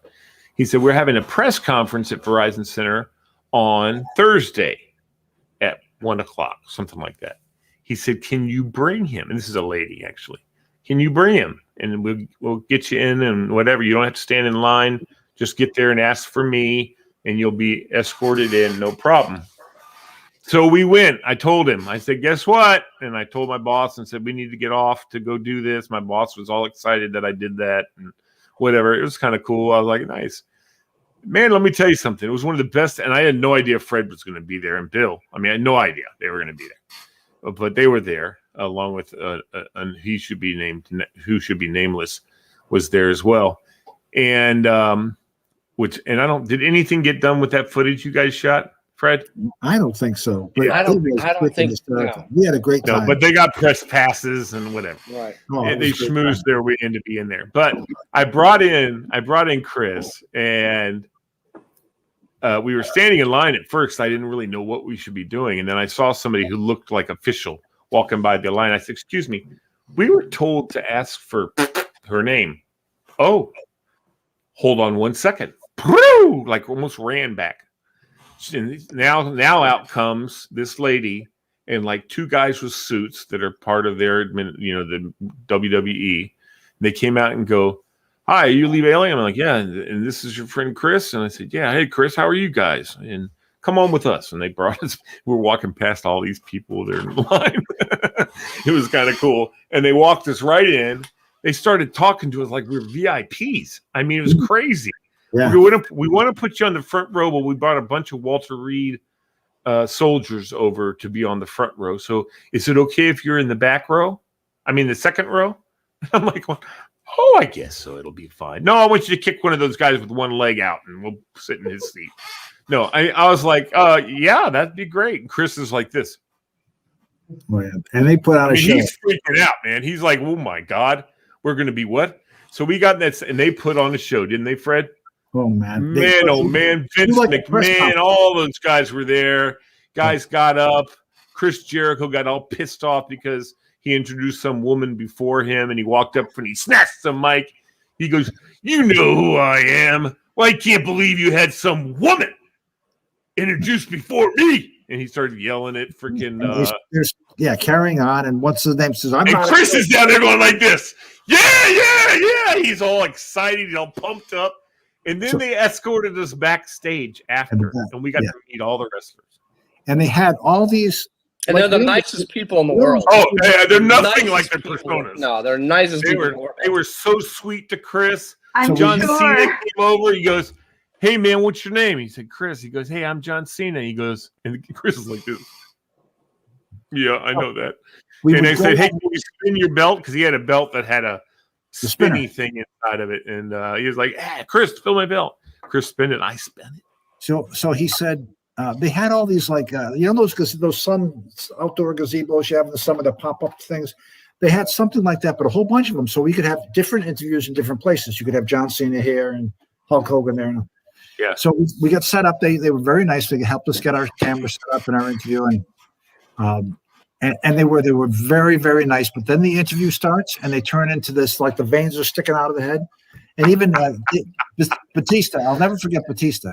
Oh yeah, I know Batista. Actually, his real name is David Batista. So he comes over to the back of us. He said, "Hi, I'm David. Nice to meet you." Yeah, very this guy's like, he's local guy. He grew up local, he is. right? He grew up DC. He used to be. The reason I know him very briefly is that one of the guys that I know real well was a bouncer with him at Hard Rock Cafe, and so he was as quiet and gentle as can be. Yeah, he said, what are we going to do? And I said, well, we're going to do like maybe a 3-minute intro, and then maybe you could give us a couple promos, say that you watch high school sports on Channel 10.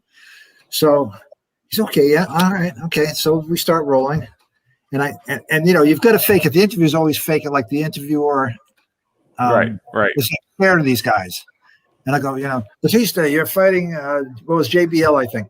JBL, this size, whatever, it's Friday night at the Capitol Center. He's, I'm going to tear his head off. And he's going nuts. The veins are sticking out. He's sweating. And as soon as we cut, he said, "Oh, was that okay? Do you want to do another one?" I said, you're freaking psycho. Total actors, yeah. Yeah, they are. Yeah, they are. Raving stuff. I mean, I was watching the veins sticking out of his head. The only thing that would have killed me is if The Rock had been there. Oh my God. I would have peed my pants if The Rock had been there. However, Hulk Hogan was pretty cool. They had Hulk Hogan there, and we came over with Chris, and I said, "Hey Hulk, sir," and he's like going, Hey, how y'all doing? What's going on? You know, nice, calm voice. You know, he's really cool. And and Chris, I go to Chris. I go, hey, it's Hulk Hogan, Chris, and he's just like this. Yeah. And they And I say, like Chris, show me Hulk the thing. And he goes, and he does one of these deals, right? And Hulk jumps right in. Oh yeah, man! You better believe it, Hulkster. You know, he starts doing all that stuff. Then they gave him a shirt. Yep. A Hulkamaniac shirt. Yellow Hulkamaniac shirt, very known by a lot of people. They gave one to Chris. Oh my God. And he goes, do you want me to sign it? I said, oh Chris, you got to put it on. He's going to sign it while you have it on. Fred was standing there the whole time watching. And Chris is like this. That really was. He's like, oh my God, because Hulk was right there next to him, writing his name on the shirt. Chris was just, unfortunately, y'all, because of his downs, they didn't recognize that he had ALS and he died, unfortunately. Oh. Chris, yeah, about several years ago. And I found out, wasn't working at the Synod anymore, and I found out. I went to the funeral, of course, up in Maryland, and saddest thing, the place was full. He was a nice young man. Yeah, he was. The Make-A-Wish Foundation is one of the best organizations in the country because you have people who these doesn't matter sports or whatever, they are their idols. I mean, they just live for them, and when they break down and just lose it in front of these stars, it's so heartwarming because they're just such huge fans. Right. How about when the stars, when a kid tells a star what he means to him, the stars tear up. Yeah. You know, because it hits them. They're like going, geez, man, I'm this kid's life. You know, this is the kid. Yep. This kid, everything revolves around me with this kid, you know, and the amount of, I've heard them say this, and David I met before he got into WWE. He'd been doing some amateur stuff and he had interviewed and he was ready, but he tore his bicep right before he was supposed to start. And that he came to a wrestling tournament that we were broadcasting with Channel 10. Really? See, yeah. But you wouldn't have recognized him. You know what I'm saying? He just looked like a meathead. He just looked like a bodybuilder. He had a pretty cute little girlfriend with him, and he had a bandana on his head, and he didn't have his arm in a sling or anything like that. But it was great meeting him. I was like going, this is my friend Dave Bautista. And, hey, Dave, how are you? Now Dave is like one of the biggest movie stars that there is. I mean, he played all the big guys. Yeah, him and The Rock. He played in the last James Bond movie. Yeah, he's big time, man, and I'm admitted. Hey, Tora, this one's for Tora. Who's that? Northam. I know it's Northam. Who's the other guy? Not Byer. No, that's not. Oh, it is Byer. Not Byer. That's right. Oh, that looked like Jeff McKay. Oh, it does. They look like shysters. And here's Tora's best friend. I didn't take that picture. Yeah, Bieber. Tora's best buddy, Bieber. Hey, I don't like him anymore because of the whole scandal. So, what scandal? He's in a million scandals. What scandal? No, the one where he broke up with Selena Gomez. Oh, yeah. What? Yeah. Too bad. She's a cutie. She might be high maintenance, though, Tor. You never know, buddy. You never know. She might be really high maintenance. Did you see his Did you see his new performance? Oh hell! 10,000 miles with Danny Shea. Yeah. I like it actually. The U.S. played Canada in Olympic hockey a few years ago. This was a big billboard in Canada. Loser keeps Bieber. Oh my goodness! Canada can keep him. Loser keeps Bieber. That's funny. Have you ever heard him actually play the drums? Oh yeah, he's good. He's actually I've heard him on quite Ellen. talented. He was on Ellen. They put him on the drums. Yeah. Hey, this one's for you, buddy. Look who's He didn't offer me a donut. He didn't offer me a donut. The bum. No, he's a bum. He's a bum. He don't order me a donut. Good Republicans like you and me, we tell him he's a bum. Yeah. No, I don't think he's a bum. Guess what? That's the Sheik of Alibaba. Hey, Tora. The Sheik of Alibaba. Look at that, Tora. Look at that, Tora. You know who that is, Tora? I do not. It's Fred. Here's for some of us who will act like a 15-year-old around their idol. Oh yeah. Now, Oh, I wow. want to know if anybody can identify that. Who's that When guy? did you meet him? It was 2015. That's Eddie Van Halen. A buddy of mine who knows people through the American. That one I knew. Yeah, American music. Eddie was coming to do a talk about what it was like coming to America, and so we scrambled to get tickets. Yeah. And so you're standing in line, and then I found out that my name was on a list, so I went to the front, and you got a chance to go in before everybody else did. So I was 6th row, and Eddie Van Halen to me is my idol. My idol growing up. He was everything to me growing up. And so afterwards they said, well, he's going to go ahead and he'll have a photo with you. I lost it. I absolutely lost it. And so you get down, and he's getting tell by looking, Bill. You look very calm. Oh my God! At the moment the photo was taken, there's the lobby of the American Museum. I'm running around in circles. I'm calling all my friends that I have actually met my idol, and it's rare you get a chance to meet Bill's standing there one. getting the picture, and you see a wet spot in his pants. and but when you meet your idols, you're never sure if they're going to be a total jerk. Yeah. But nicest guy, like Dave Bautista, like Eddie was the nicest guy in the world. Very accommodating to everybody, and it was just absolutely amazing. So, well, the guy who's at that press conference, I'm sorry, Tor, hold on. There at the press conference, the guy who was the most crazy was Chris Jericho. He was like angry, mad, screaming, spitting. Let me tell you, did you guys do an interview with him, Fred? Chris Jericho? Anyway, he came over. He came right over to talk to Chris. Nicest guy in the world, man. He comes off the stage, and Chris, I remember, was like scared. Here comes the guy who was just screaming at everybody. These guys their muscles are big and thick. Like you just walk by them and you might bump shoulder or something. Yeah, it's like a rock. But Hulk Hogan walks like an 80-year-old man. He's probably beat up a bit. Yeah. So I think we didn't get an interview with Hulk Hogan, which I think pissed off Brian. I don't know why we didn't get an interview with Hulk Hogan, but whatever. It just never happened. So. And I was starstruck last year when I met one of my idols, Daryl Green, at the George Mason game. That was kind of cool. Yeah, he's cool. I've met him several times, actually. He's a good Who's guy. that? I don't. Daryl Green. I don't know that he would recognize me, but he lives right near you. He lives right behind me. Yeah, he's a Daryl good Green guy. lives one street over.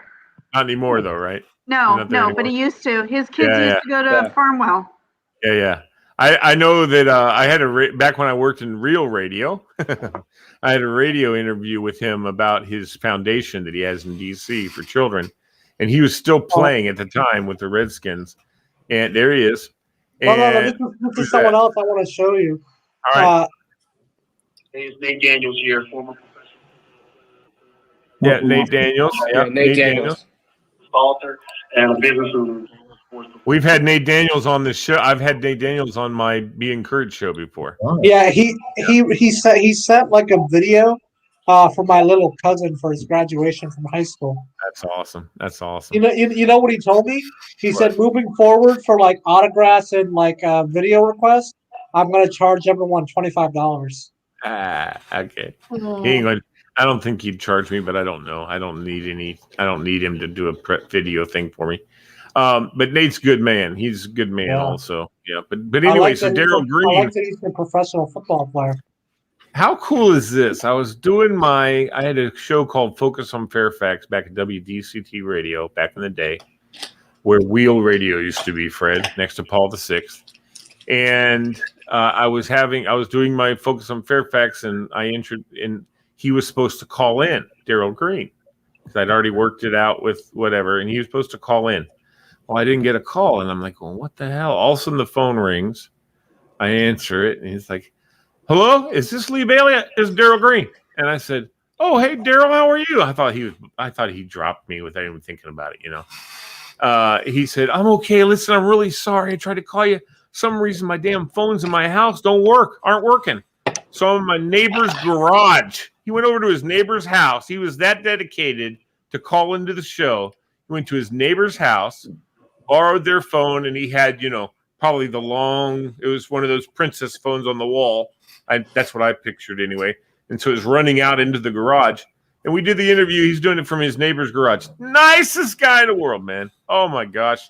He was so sweet. And I know that if I contacted, he'd be on Be Encouraged with me, too. But you should get him on Be Encouraged. I know. Thank you, Tora. I agree. I want to get Gary Clark on. I want to get a lot of people on. But I haven't called to do that. So the first week we moved to Ashburn, we went to Dairy Queen one night, and my family's sitting there, and the boys were still little, and we're looking over. There's 2 or 3 other families eating, dinner, and there's people walking by, and they're looking, and they're all pointing, and we're like, what the heck is going on? We're sitting there, and as we're going, and we realized they were really focusing on that one table, that one family, and I was looking around, and that they came up and said something, said hi, and oh yeah, we're new here, and oh yeah, welcome to Ashburn. We're just talking to people, and we're going out, and as we're leaving, I went, oh Chuck, that's Daryl Green from the Redskins. No, we had no clue. It was just another family at dinner. That's right. But people pick up on it, and that's the problem with being, is that there's always people poking on the door. Out here, Loudon. You can go to one Loudon. You can go to the Alamo Theater. You go to restaurants. You'll see random Redskins. I mean, I've seen Colt McCoy, Alex Smith, a bunch of Redskins. They randomly will just walk by. They'll be in a bookstore. You see them on TV.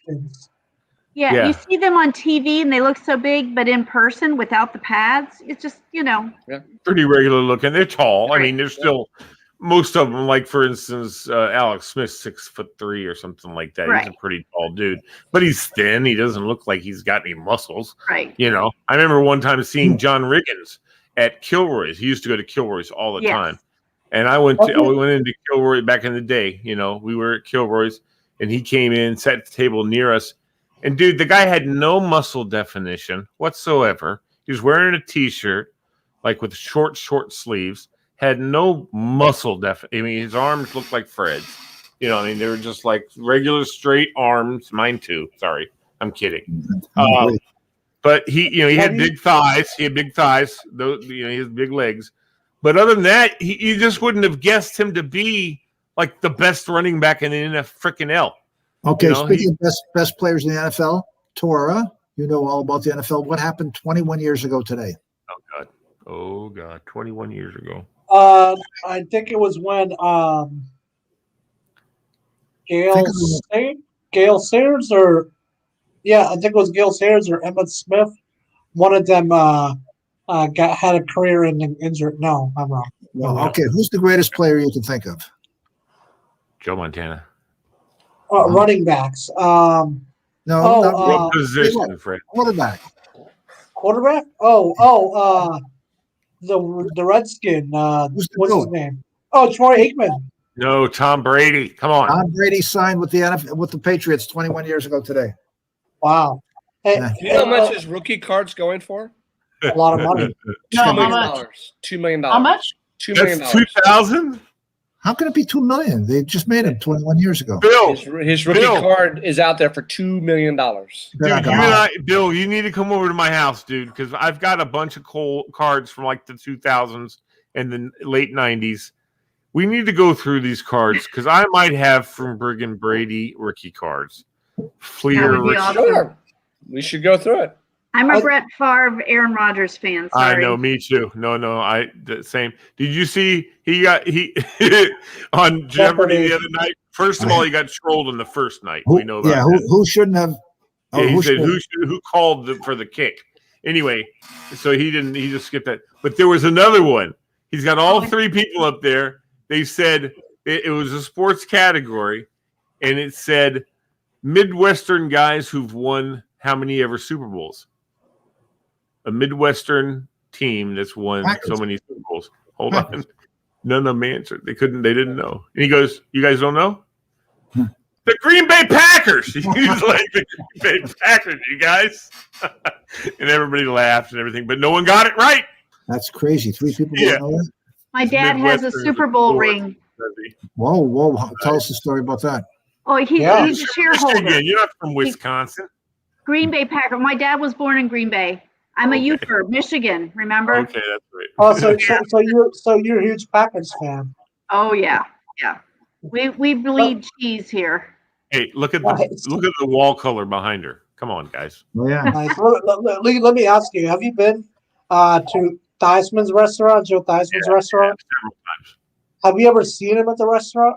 No, never. I did in the early 90s when one of my boys were a baby. I went to lunch with my dad. We went there and he showed up. Nice. Did he go around all the tables and say hi to everybody? Yeah. He's a schmoozer. He knows what he's It's doing. kind of cool when celebrities come out and actually say hi to fans. Like, I know. It's cool. It's really What's nice, his especially in that restaurant? kind of setting. Theismann's. Theismann's, it's a sports bar. It's still there. I think it's Yeah, still there. It's still there. Yeah. I go to one of these places that does I've these, been to. what are I've they been to called? Rose. The circle. The you sit down and you do you talk about a certain brand or stuff like that. What are those things called? Focus group? Yeah, focus groups. They have the Metropolitan whatever focus groups are there, and I've been paid several times to go and I'm on their list. And Fred, I ought to get you on the list. Come on. And you go sitting there and they talk about, we had Domino's one time, we had electric cigarettes one time, and anyway, all these different things, and they pay you $100, $150 cash on the spot. Wow, there you go. I've been to. Anyway, so it's right. You have to walk past the Theismann's up the stairs and then go into a different building. But Theismann's right there, and I stopped there. I get there early because I don't want to miss it, and I'll go into Theismann's and get a soda or a tea, iced tea at the bar. And sometimes I've gone in and actually had dinner, especially like after I'm done with the focus group, and I got cash in my pocket. Their calamari is really good. I'll bet it is. Have you been to Marino's restaurant in Miami? It's awesome. Bill has. Yeah, that's his favorite football. That's his favorite quarterback right there. When he, it was 2 or 3 years ago. Even though he's a failure, I had found out that out in Winchester they have the Apple Blossom Festival, and so each year they have a sports celebrity will show up. Happened to find out purely by accident that Dan Marino was going to be a keynote speaker. So I grabbed tickets as fast as I humanly possible to be. See, I don't hear about things like that. You know what I mean? I don't hear when like weird little tickets for things. How do you hear about that stuff, Bill? I know people. And well, see, I used to work out there. I used to work at the Holiday Inn, so I get it. I knew all about the Apple Blossom Festival. Yeah. I got to find the picture. I have it in here somewhere. Hold on. Did you get to get a picture with him? Huh? Did you get a picture with him? The lines to get pictures with it was insane. I mean, it was absolutely insane to get a picture with him. I happened to get. We're at the breakfast. This is how close I was to him. Oh, cool. That's awesome. And then another person that was there was Irving Fryer. Nope. I don't have it. It was what's the guy's name? Lee, the race car driver with the glasses, dark glasses, and a hat. He's an older guy. Older guy. Dale Earnhardt, Kyle Petty. No. As in what kind of races? What kind of race cars? NASCAR. Okay. God, what the hell's his name? Dale Jarrett. He's an older guy, dark glasses, cowboy hat. Rusty Wallace? No, he was the Grand Marshal. What the hell is his name? You have a mullet? No. He's like 70 now. Yeah, I know, buddy. I'm sorry. Richard Petty. You know who he drove? Richard Petty. I said Kyle Petty. Kyle Petty, but Richard Petty. Richard Petty. Yeah. He was the Grand Marshal. Nice. Cool. Yeah, that's cool. Alabama wrote a song about Richard Petty. Did they really? Yeah, it's a really good song. It's like a racing song, but it's all about Richard Petty. Must have been a cool experience being there. I bet it was. It was a lot of fun. Yep. Okay, you guys, I have to leave. I know. It's 11 freaking 30. I have to get up super early tomorrow morning I don't. Because my child left a soccer jacket on the other side of the state for a tournament, and the person's going to be near us tomorrow morning at 8:30. Like, yeah, I'm half going to. hour from here, so I'll be in Gettysburg tomorrow. So, and Amy, I'll be in your state tomorrow. I'll see you guys. 30 minutes from my home. Shame on you. You're 30 minutes, Bill. You need to go see Amy tomorrow. I won't be here. Yeah, I we're won't going be to at my house. I'll be in Reading. Yeah, we're going to a Civil War antique show tomorrow. Hey, how do you spell that? Eva, hold on, everybody. Reading. How do you spell Reading? REDDING. REDD. What did you say, Tora? REDDING. No. No. Reading is Reading. READING. Reading. Even though it says reading. So on a programming note, I'll see and you you know guys. what they have in Reading? You know what they have in Reading? Swords. Yes, and outlet stores. That's good. Don't tell my mom that because she's gonna want to shop all day at the outlet mall. But anyways, I will see you guys next Friday because Monday I'm going to be in a hospital. So well, good luck with that, or you'll be in our thoughts and prayers, my brother. Good luck with that. So Thank you for inviting me. It's going to be weird. Thank you, Pauline, for coming on. And we will send you. I need you to email me or text me your email address, and I put it in the chat. I put it in the chat. She did. Yeah. Oh, the private chat. Yeah, you need to send her bingo sheets, the It's Just Madness, and I'm back to doing trivia on Monday. So nice. Amy crushed it last week. Yeah.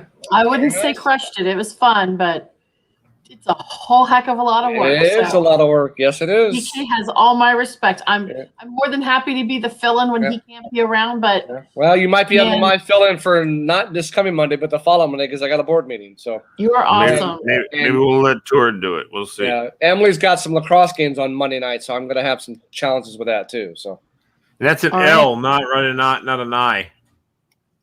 That's an LCPS, right? LCPS.org. Yep. Loudon County Public Schools. I know, but you know what? My name's Lee. I get a lot of I's and L's mixed up with stuff because they don't. Yeah. Anyway. Bye, have a fabulous weekend. All right, guys. Have a good weekend. See you guys on Monday. Bye, you All guys. right, everybody. Bye. Monday. Bye, Amy. Love Bye-bye. you. All right. Take care. Thanks, Have a good Pauline. night. Have a great weekend. You too, kiddo. All right, everybody. We're done. Look at that. We have comments. Glenn Webster, damn it. Hesbachengagenstein. Where the hell is that? And then there's wonderful Cheryl Mezes who was watching. She was playing along. They're awesome. Anyway, I wish they had been on the show with me. I wish Glenn, hopefully we can get to be on a regular basis. How about that? All right, everybody. Thank you so much. Thank you so very much. This has been a great time. Let me do something real quick here. All right, it's there. I want to show you guys something before I roll out of here. And we are going to find it right here. And wait for it to upload. And that's how we'll end the show today. Okay, everybody? Hi, I am Fred Rogers. No, here we go.